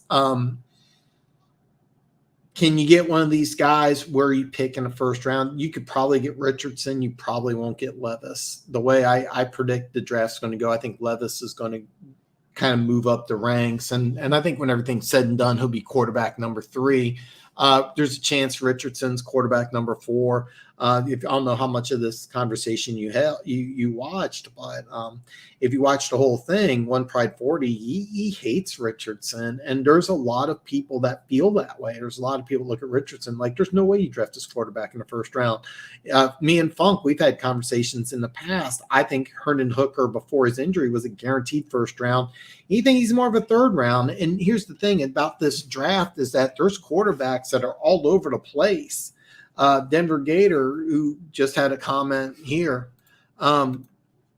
he said he's going to mock any team that takes Levis in the first round. I think Levis is going to end up in the first round. Except for Stroud and Young, the rest of those quarterbacks you can just throw in a bag and just guess. And I think that every NFL team's going to have a different view on who they want to take at number 3. There's no clear-cut winner. So that's what's going to get very, very interesting with this. So who's my pro comp for Anthony Richardson? I hate comps with a passion, but it reminds me a lot of Justin Fields. I think Justin Fields, actually, be honest, I think Justin Fields is a better athlete than Richardson, but they're different. Where Justin Richardson is Justin Fields like 6'1", 6'2", 230 and had a bazooka for an arm. Richardson, I don't think has the arm strength, and Richardson's more angular. I think he's like 6'4", 230. He's built more like an NFL tight end, where Justin Fields is more like an NFL running back. I don't know if that makes a lot of sense, but I really don't like comps. But do you remember a guy by the name of Terrell Pryor coming out of Ohio State? That's who I would comp Anthony Richardson to. But I like Anthony Richardson's arm a little more than I liked Terrell Pryor. Terrell Pryor, I think, was a better athlete than Anthony Richardson. But it's going to be interesting how teams view Anthony Richardson. Now, keep in mind, Jalen Hurts coming out of the draft, I had him like 5th, 6th round, and there was a lot of people that had him ranked as a 5th, 6th round pick. And then he went to the Senior Bowl and really impressed people. Then he went to the Combine, and he went from a 5th round pick to like a 2nd round pick just based on the Combine. And it wasn't what he was doing physically, it was what he was doing mentally. He was just lights out on the whiteboard. He had a great understanding of what teams are trying to do schematically. And these things are things that you can't really coach. You can't coach up a player's will to learn an NFL offense or his natural intelligence. Like Jamarcus Russell, he had no interest in trying to dissect an NFL offense, let alone an NFL defense. So the draft and the Combine and the Senior Bowl. And I just saw here that there's talk Anthony Richardson's going to sit out of the bowl game, which means that he's going to prepare for the NFL draft. How well does he look at the IMG Academy? If you don't know what that is, the IMG Academy, I may get the name wrong. I'm pretty sure it's IMG Academy.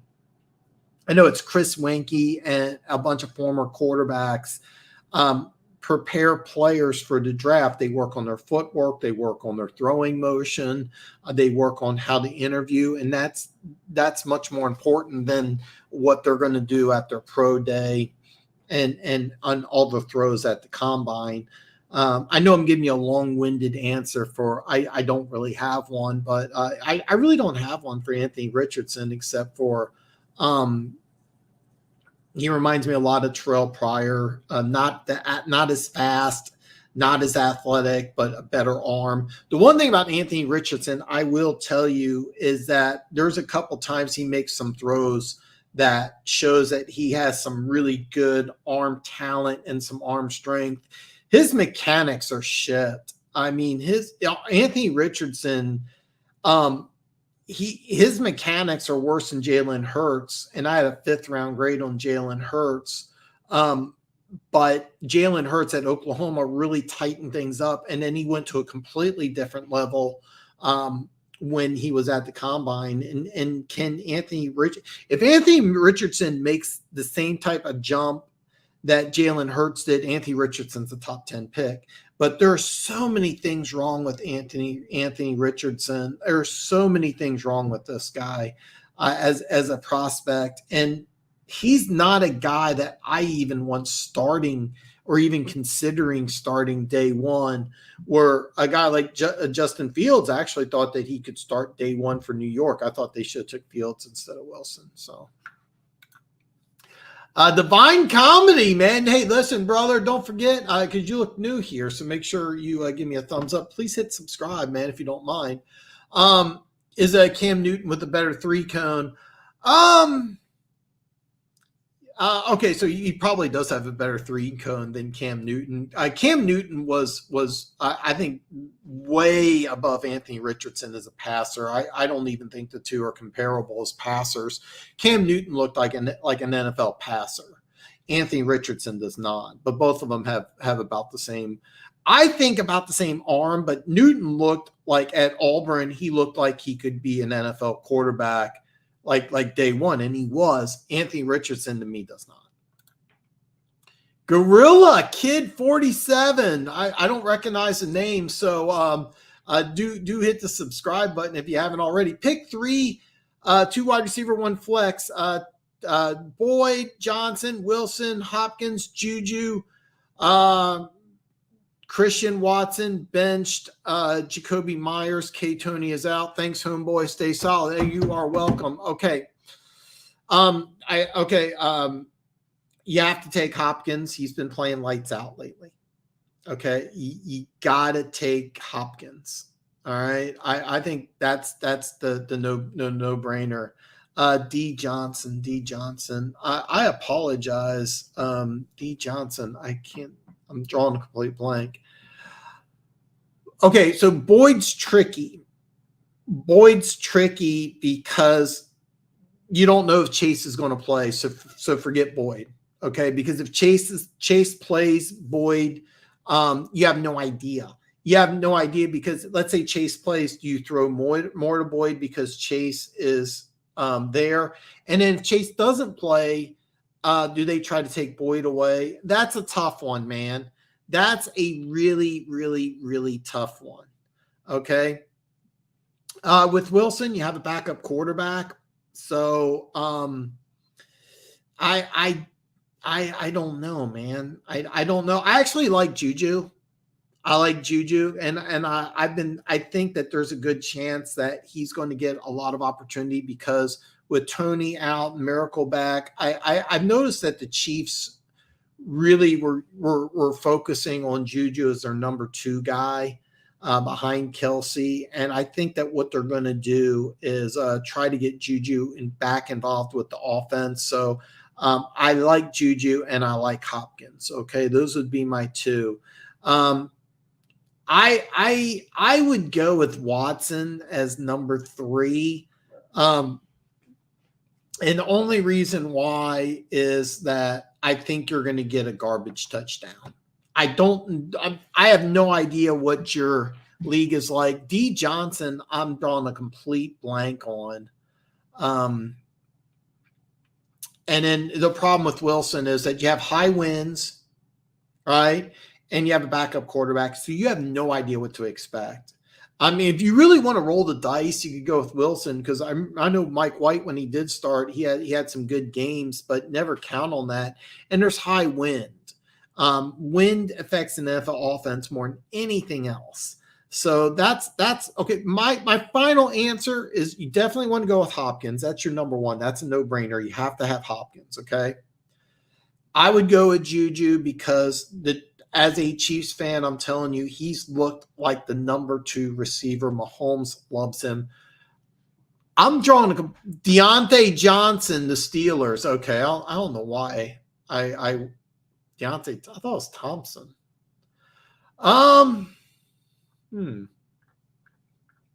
Okay, so Steelers. Okay. That would be a tough one. Okay, Deontay Thompson, Steelers. Okay, so here's the pros and cons. You're playing indoors, pro. Okay. You're playing on Monday night, which I know that when I did fantasy football, I loved having a player on Monday night. I loved having a player. It's Deontay Thompson. Am I on crack today? I know I'm bad with names, but I thought it was Deontay Thompson. Is it really Johnson? Am I on? I'm going to assume that you're right, but I'm looking it up anyway. I could have sworn it was Thompson. I mean, this is a guy I watched out of Toledo. No, Deontay Johnson. God, I am on crack today. And I did like him in Toledo. I'm pulling up right now. He does not have 1 touchdown all year. Okay. All right, I apologize about that. So here's my final answer. With Johnson, if you like a Monday night play, great. He doesn't have a touchdown all year. Don't expect to get one. Okay, so it depends on how your league is. I do think Watson gets a touchdown. I think it's a garbage touchdown, maybe late. Hopkins, you have to. I like Juju because I think he's going to have a big day. I think the Chiefs are really going to focus a lot on Juju, getting him involved in the offense. I think he was a big part of the offense before he got hurt. The game that he did have a concussion, he was having a big day. I really think Juju's going to have a big day, and then I would go with Watson. You benched Jacoby Myers, and K. Tony is out, man. So hopefully that answers your question. Don't forget to hit subscribe if you haven't already, brother. Is Anthony Richard better than Daniel Jones? Who knows? I'll be honest, though. If I had to choose who to start in 2023, I would want to go with Richardson, only because you're going to have to give Daniel Jones 5 times what you're going to have to give Richardson. And is he 5 times better? The answer is no. If money wasn't an issue, Jones would be better than Richardson because Jones been in the NFL, and I think that Daniel Jones can do some things in that offense. But if I'm the Giants, who do I want starting in 2023? Anthony Richardson and Daniel Jones? It'd be Anthony Richardson, because you would use that money on a wide receiver, on some defensive backs, tighten up that offensive line.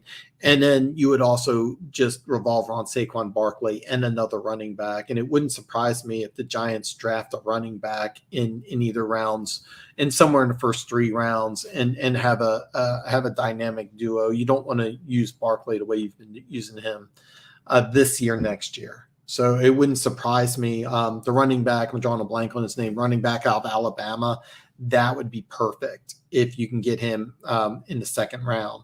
So you go ahead and you do that. So is he? I'm not giving you a great answer here. I know that, but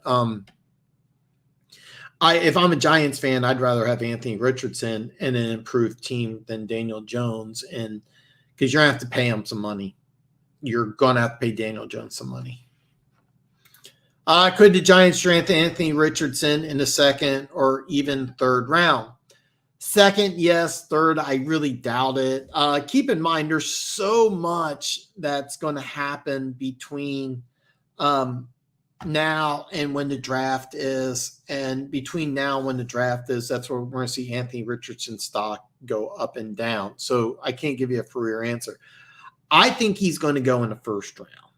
I really do. I think that there's going to be a team that just falls in love with this kid and goes in the 1st round. So I'm going to say no. If things come out like maybe he interviews poorly, maybe he gets injured on his pro day, you may like Herndon Hooker even better, which is not outside the realm of possibility. Maybe, but I mean, it's too soon to tell. My early answer would be no. Sorry, got ahead of myself. My bad. USC versus no. Oh yeah, I forgot. USC plays Notre Dame. That's going to actually be a very big game because a lot of people feel like USC can get into the. I'm going to call it the Final Four, even though it's not. And their quarterback should legitimately be a Heisman candidate. But the one thing is that they didn't really get a lot of exposure earlier in the year. It's going to be a great game, and Clemson versus South Carolina should be a good game. I'd be surprised if Clemson didn't win that game. Do you think the Giants go O-line in the 2023 draft and wait for the 2024 draft to draft their quarterback since that is supposed to be a better quarterback class in 2023? Number one, I don't think it is going to be a better quarterback class. I think this year you have a definite clear-cut number one and number two. There's not a quarterback who's going to be available in 2024 that's going to be as good as either Young or Stroud. However, the Giants aren't going to be able to get any one of those players unless they do something radical, which the Giants traditionally have never done. I've never known the Giants to make a crazy move like to trade. You would seriously, the Giants would have to trade like their next three first-round draft picks if they want to get either Young or Stroud, but those two guys are probably going to be gone. So do they want to draft O-line again? The answer is no, because you used Evan Neal. That was the guy I was trying to think of. He was 7th overall pick. He's your right tackle. A couple years ago, you drafted Anthony Thomas 4th overall. You don't want to use a first-round draft pick on the offensive lineman. It wouldn't surprise me if you draft an offensive lineman in the 2nd or 3rd round or go after an offensive lineman in free agency. I think that's very, very likely to happen. But no, if you're the Giants, I think you definitely draft a quarterback this year. The question is, who do you want to go after? Do you want to go after Herndon Hooker? Do you like Will Levis? Do you like Anthony Richardson? And there's a few other quarterbacks. There's a quarterback in Washington.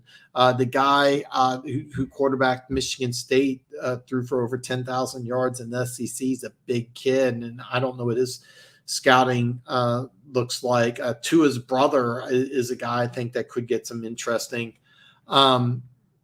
news come draft time. There's a lot of quarterbacks, but the 2024 class is not better than the 2023 class. I don't know who told you that, but if you have, by the way, in the descriptions on my social media, send me the link of who told you it's a better quarterback class, because I can tell you for a fact they don't have anybody who's going to be better than Bryce Young or CJ Stroud coming out. Those are clear 1 and 2 in this draft right now. And there is some good quarterbacks coming out. I'm drawing a blank on the exact names, but but this year's quarterback class is better than 2024.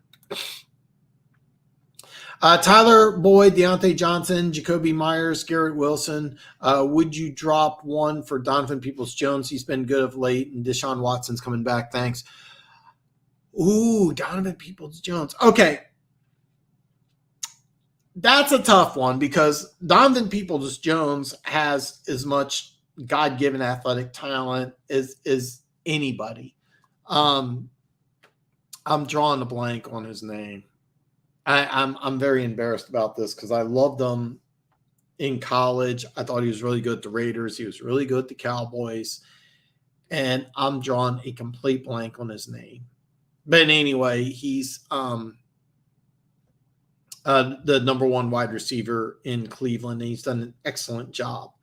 The problem is that Garrett Wilson's your number 1 wide receiver with the Jets, but because you have a weird quarterback situation, it's hard to say. Deontay Johnson, you got a rookie quarterback trying to learn the offense. It's kind of crazy. He doesn't have a touchdown all year, which is a red flag for me. I'll be honest, out of all those players, the best player right now today would be Boyd, but he's really option number 3. Amari Cooper, that's how I was trying to think of it, Amari Cooper.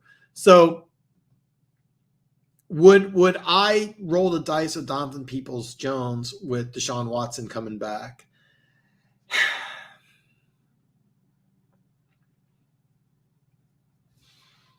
That's a tough one, man. I mean, it's a really tough one because when Watson comes back, I really think that they're going to still be a more run-heavy offense.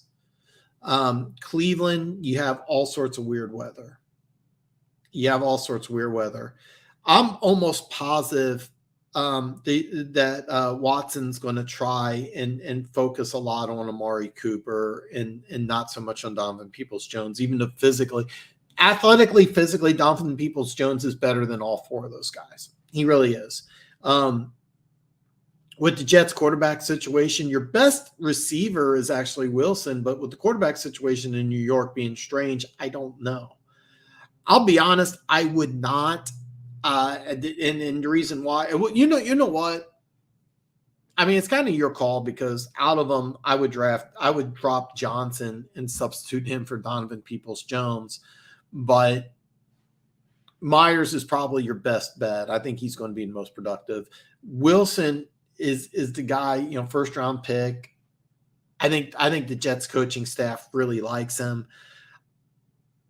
Who knows what he's going to do? I mean, seriously, you could have one catch for 13 yards. You may have 9 catches for 120 against the Bears. You just don't know. Because of that, I don't know. If you're going to drop any one of them, I drop Deontay Johnson. I thought it was Thompson for some weird reason. That's a tough one, man. That's a tough one. I'll be honest. If this is the decision that you need in order to win, you're kind of in bad shape. But is Donovan Peoples-Jones going to give you a radical boost? Answer is no. What you're going to see in the Browns, I think, is going to still be a run-heavy type of offense. I think that what they're going to do is just they're not going to open up the whole playbook. What they're going to do is get Watson doing a lot of bootlegs, a lot of play action. It wouldn't surprise me if he doesn't throw for more than 40, 45 times in any game he plays in for the rest of the year. What do you think about Osiris Torrance, offensive guard, Florida, is a fit for the Giants in the first round, and Cedric Van Pran, offensive center for Georgia, is fit for the Giants in the second round of the 2023 draft? I'm going to do a lot more draft stuff in the future. I've heard of both these guys.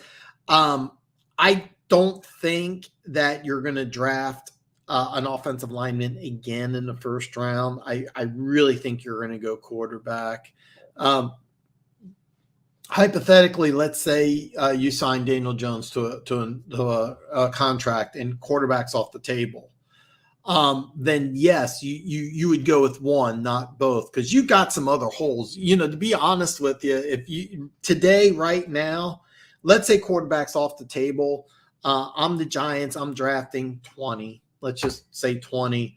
I'm taking the best corner I can in the first round. I think corner's a much bigger need because who are you playing against? Who's your number one opponent right now? Okay, I'm sorry. Who are your two top opponents? Philly and Dallas. What do they have?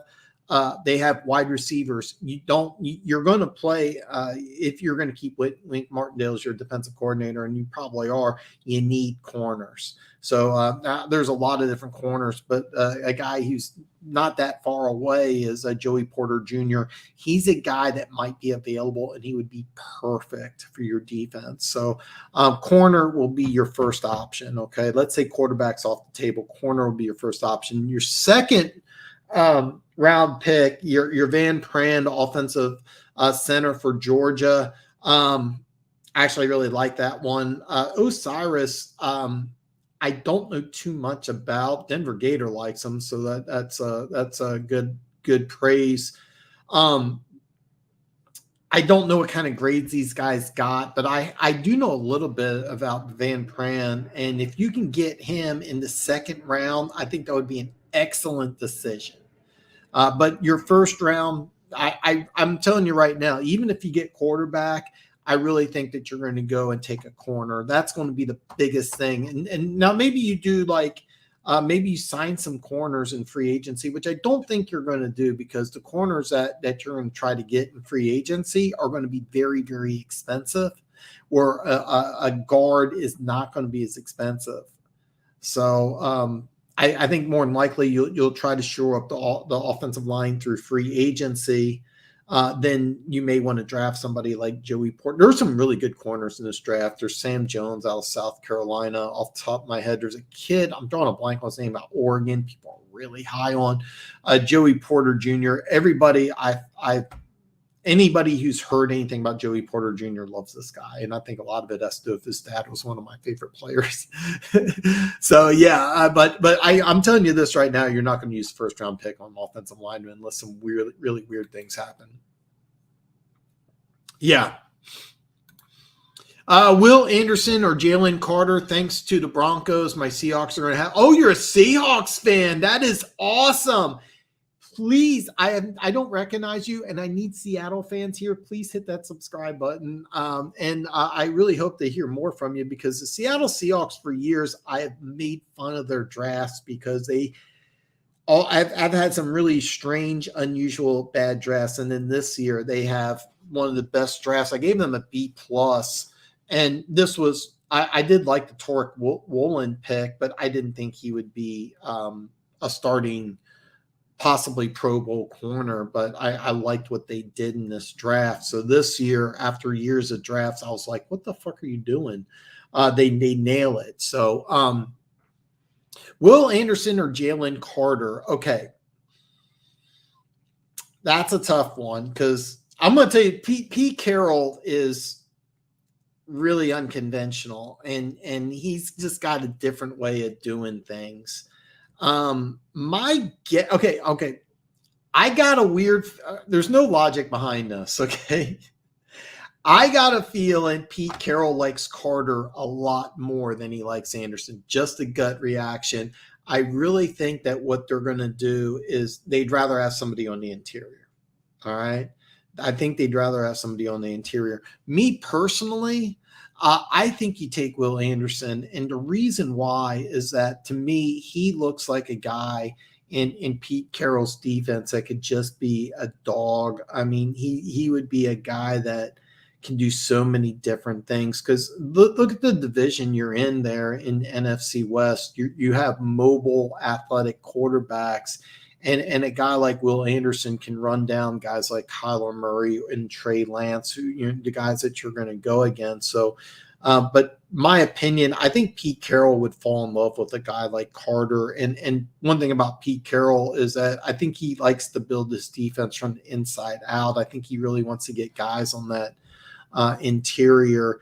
So the answer is Carter, but if I was taking this pick and I could choose between the two, I would take Anderson, and I wouldn't even think twice about it, because I think Will Anderson's a guy that you can get very creative with, and you can use him in a lot of different ways.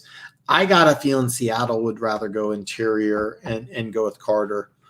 I haven't watched him play yet. I know NFL scouts, and there's some people here in this chat that really like him, but I have not watched him play. From the Draft Network, which I've been going through, I've already gone through like a couple hundred mock drafts. I'm seeing a second round grade on this kid. So I really want to see what he does in the bowl games and at the combine. Because what I'm hearing is that he's a first round athlete, but because he played at Boise State, he's probably going to go in the second round.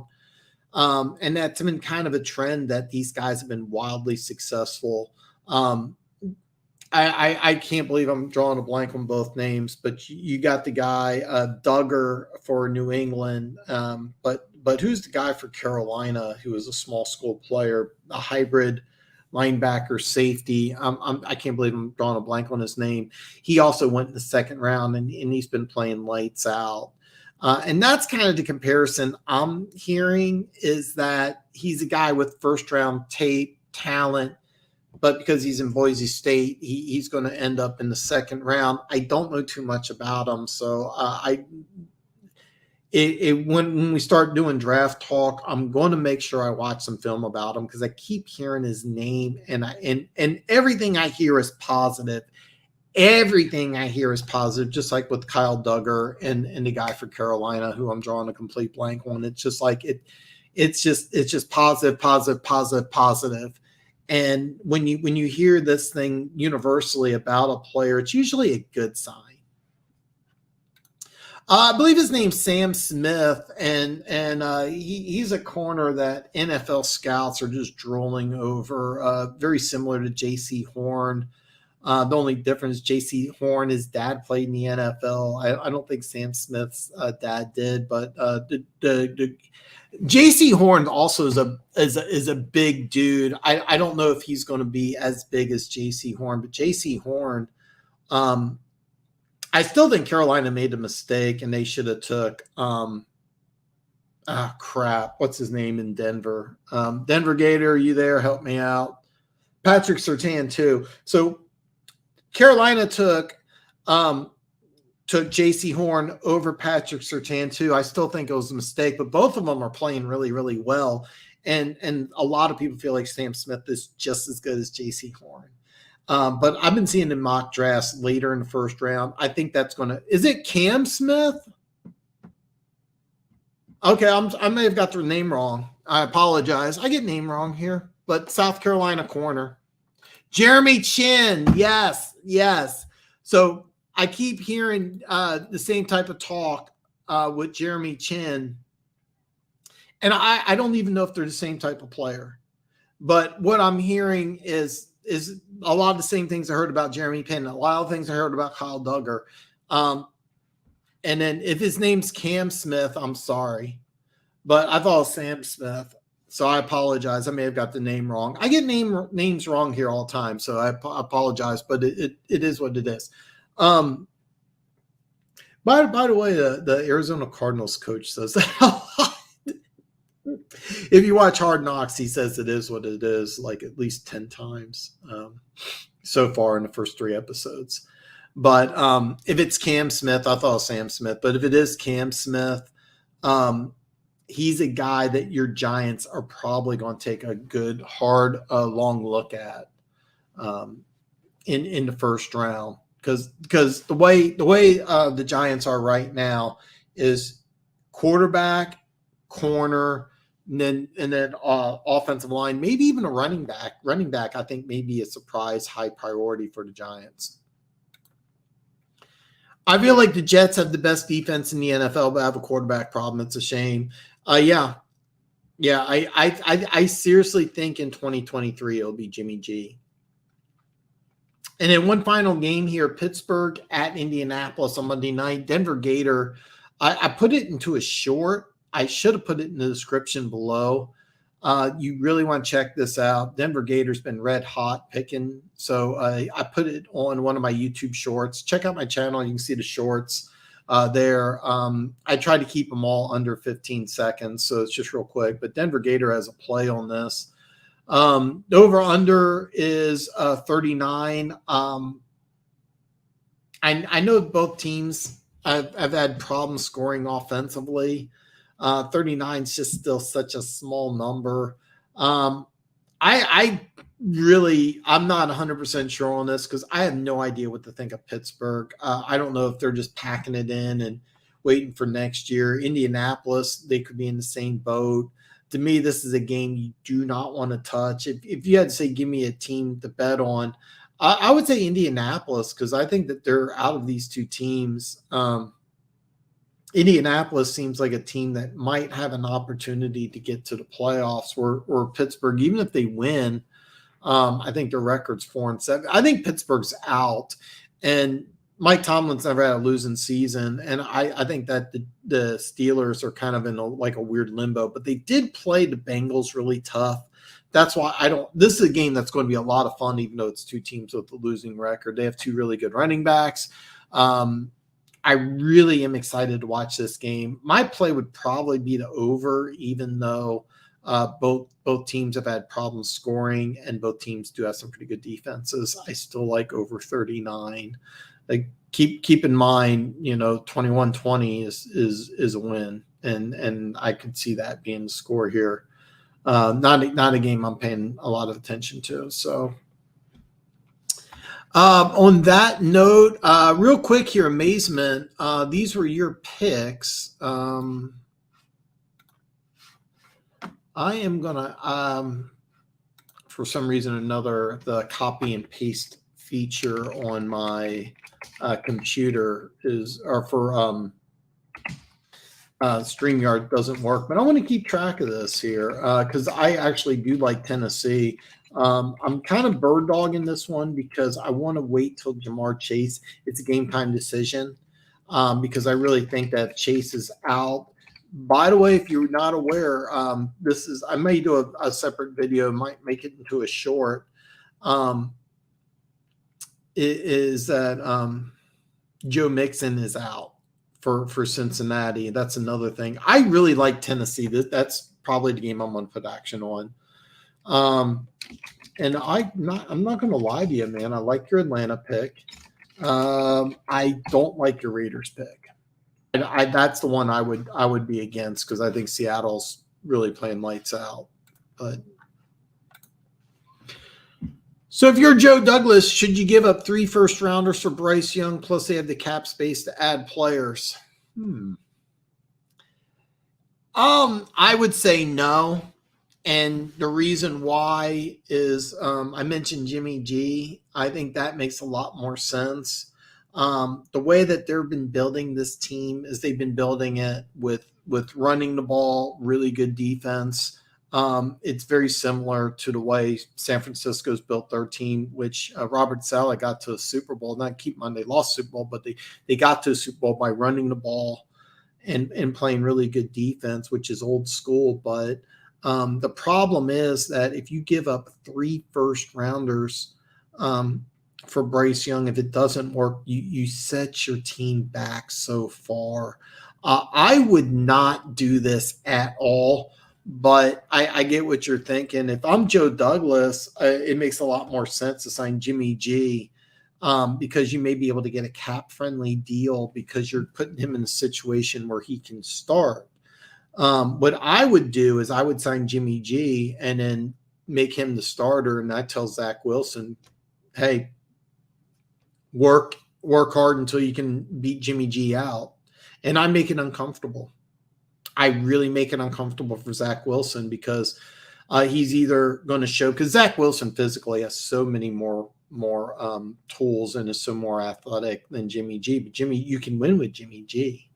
The problem is you have to have everything else. Well, when you get Breece Hall back, when you get the offensive line back, and then the defense is young and still playing better. I mean, so that's what I would do. What might be a surprise is because it's not locked up, is Kirk Cousins may be a guy that enters the free agent or trade possibility. I think that would be more likely.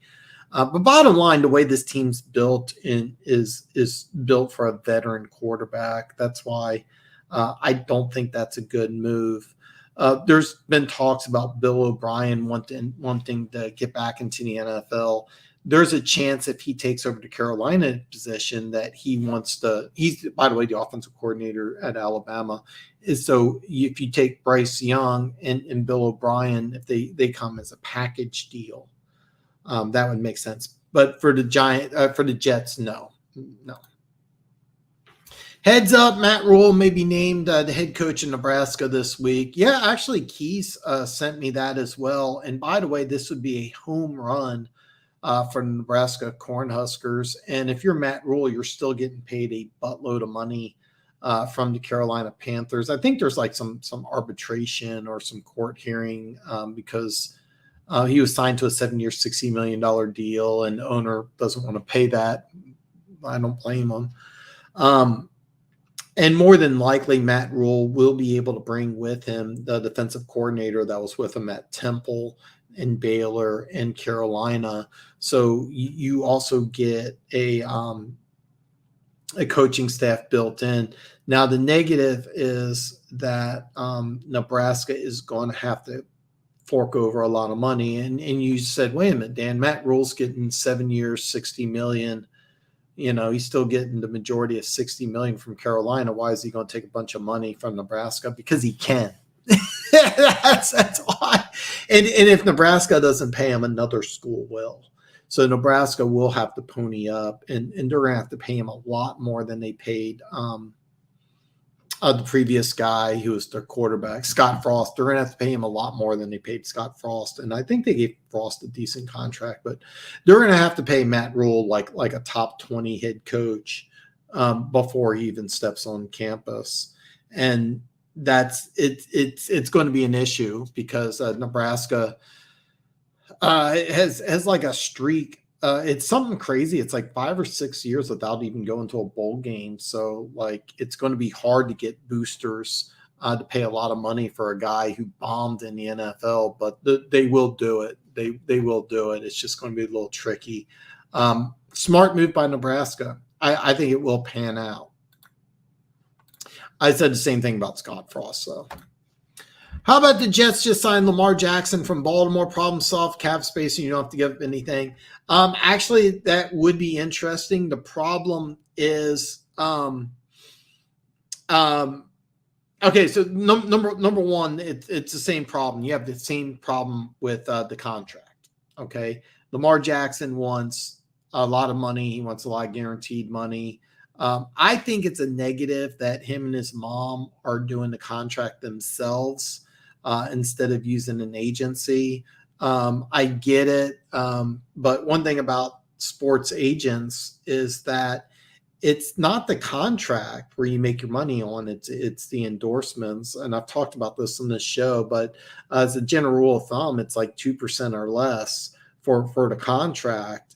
And the thing is, though, is that those same companies make big time money on any endorsements. Usually it's 50 to 75% of any endorsement goes to that contracting company or agency. It's not the contract, it's the endorsements. And in a place like New York, you can get a lot more endorsements in Baltimore. I was born in Baltimore. I'm telling you this right now. It's a great place, but can you get more endorsement money in New York or Baltimore? It's not even a question. I mean, one of the big pluses about playing in New York, if you're a star like Lamar Jackson, you get so much in endorsement. You get a crazy amount of money in endorsements. I saw something once, and I wish I had it that way I could prove it. But like Eli Manning used to have all sorts of endorsements when he played for the Giants, like suits, cars, clothes, watches, and supposedly he just made millions every year just in endorsements alone. And that was kind of a big plus of him staying in New York. Best of my knowledge, he doesn't live in New York now. I could be wrong about that, but I can't prove that. I wish I had that ready, but that's one big plus about New York is you get a ton of endorsements. And I think that him and his mom would not be able to take full advantage of that as they're trying to do the contract themselves, because they're trying to get like a full $250 million guaranteed. And I don't think Baltimore wants to do that. And I don't think the Jets would even go that route. And keep in mind, there would be something you would have to give something away, because I think what Baltimore really wants to do is they would try to do like a sign and trade. Now, technically, it's the 5th-year contract. His contract's up, but Baltimore can franchise him. They still have the option to franchise tag him, and then they would have to give up something. So, letter of the law, the way things are today, right now, no, you wouldn't have to give up anything. But bottom line, the Ravens are going to tag Lamar Jackson. All right. So he's going to be tagged. He's going to be guaranteed X amount of money. He doesn't want to be tagged. And then you're going to probably have to tag and trade him. Ultimately, we're going to talk about this later, but ultimately, I think that what's going to happen is Lamar's going to end up signing with Baltimore. Both sides are going to kind of give some leeway, and they'll get a contract ironed out. Would the Giants go that route for Lamar Jackson? It'd be interesting, because I want to tell you no, But considering what the head coach for the Giants, and I'm forgetting his name off the top of my head, considering what he did for Josh Allen and the way that, because remember, Josh Allen's first 2 years was not good. And then his last 2 years, and then this year, he's been almost an MVP. Well, actually, he is an MVP candidate. So, yeah, I mean, if you think Brian Dable, thank you. So would Brian Dable be interested in Lamar Jackson? Maybe. My personal opinion is that I think the Giants would rather go young and just, go young and then deal with a rookie contract for the next couple of years, because they did that in Buffalo and it worked out. And that's kind of the way I think that they're going to do it, because you still need a number one wide receiver. You need some help in the secondary. You think they need massive help on the offensive line. So if you go ahead and you do end up getting Lamar Jackson, you got to fill up a lot of other holes. And the other thing is Lamar Jackson has, an A+ tight end in Baltimore. You don't have that in New York. So, If Brian Dable thought that Lamar Jackson could be just as good or better than Josh Allen, maybe. I don't think so personally. I think that if you're the Giants, I think the smartest thing you could do if you're the Giants is either sign Daniel Jones to under market value for an NFL quarterback. All right. Remember Baker Mayfield for the Browns, they offered him like a 9-year, $95 million deal. And Baker Mayfield's like, no, this is just right off the heels of Mahomes getting $500 million. So Baker Mayfield looked at that as a slap in the face. And I get why, but ultimately he probably should have signed that contract. If I'm the Giants and Daniel Jones says, hey, look, I'll take I'll take a 3-year deal for $100 million. I think both sides should say yes. And then if I'm the Giants, I can build things around. Now, if I'm the Giants, and you remember you get an extra 3rd-round pick for Kadarius Toney, I don't know what other draft capital they have if they want to move something. I mean, there's a chance you let's just say you're the Houston Texans and you have the number 1 pick in the draft. Remember, they really like Kayvon Thibodeau. Maybe if you're the Giants and you say, hey, look, we'll give you our number 1 pick. We'll give you Kayvon Thibodeau, and we'll give you a number 2 next year. That might be something that they could do. But do I think they go I don't see Lamar Jackson going to the Giants. It makes a lot more sense to go to the Jets. But I ultimately think that he's going to sign a contract in Baltimore. But it'll be interesting. That's going to be one of many off-season stories that's going to be a lot of fun to cover. This is going to be a great off-season for football. If I'm the Giants, I would give up a king's ransom for Bryce Young in the draft, is who I really want in the draft. I'll be honest, I don't see the fit. And the reason why is Brian Dable likes to run the quarterbacks, and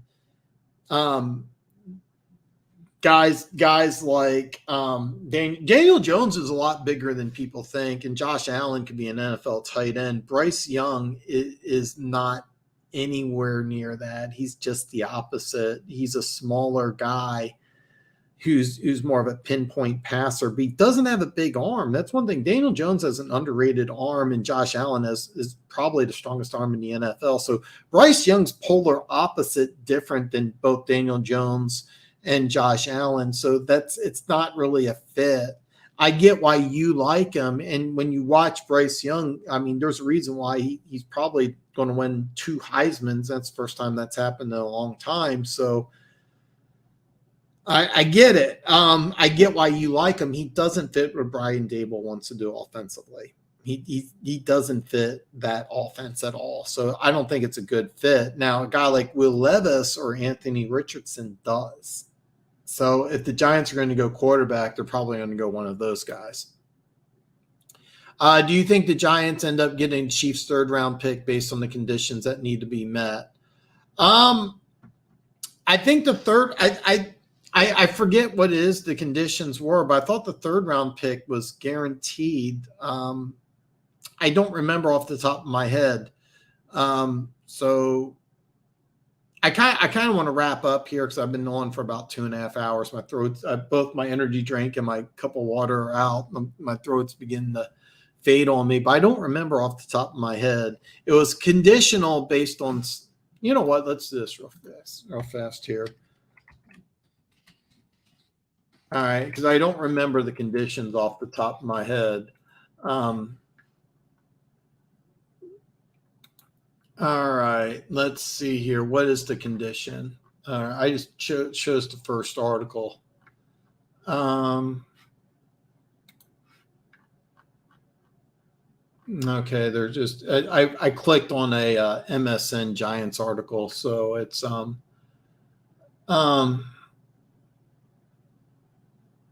they're not going to put the conditions in here. I apologize because I don't see the conditions off the top of my head. The third, okay, it's not a third round or bust. Okay, it's not third round or bust. I think it's like a third round, could be a fourth round. Just off the top of my head. To be honest, I really think the third round's a lock, and then something about the sixth round because it's a third and a sixth. I think the sixth round, but I really don't remember off the top of my head. Bottom line, the Giants are going to get the Chiefs' third round pick. I don't remember what the conditional part was, and I apologize. Gary, do me a favor. You've been on here for quite a while, man. Follow me on social media, DM me, and we can get this done because I'm going to wrap up. But the Giants will get that draft pick. I think the conditional is about the sixth. I don't remember off the top of my head, but I do think the Chiefs are counting on that third round pick to be gone. But if I'm wrong, message me on social media. We'll get figured out because I know you love draft stuff, and we're going to do a lot of draft stuff here after basically right after the season's over. I'm going to start doing a lot of draft stuff, and then I'll start mock draft videos and a plan right after the combine. Basically, when the combine ends, I'm going to have some videos coming out like earlier in the week. I looked it up, and like the draft's going to end like on a Monday. That Wednesday, I'm going to start doing videos. That's my plan, just off the top of my head. So there's going to be a lot. This is going to be like Draft Central. This is going to be like Draft Central right after the combine. It's just going to be for like the next 6 weeks after the combine. It's just going to be lots and lots of draft stuff. So stay with me. Follow me on social media if you don't already. And with that, I'm going to wrap up. Guys, thank you so much for joining the show. There's some new people in the house. Please hit that subscribe button. Please thumbs up. And if you don't mind, after I hit the end broadcast here and I end it, drop a comment below. Let me know what game you're excited about. You want to talk draft stuff? We'll talk draft stuff because after the combine, this is going to be like Draft Central. We're going to do a lot of draft stuff. And if I do place a bet, I'm eyeballing Tennessee and Cincinnati. I will probably make a quick video regarding that. But guys, if nothing else, DM me on social media. Give me a thumbs up. I'll see you back on Tuesday.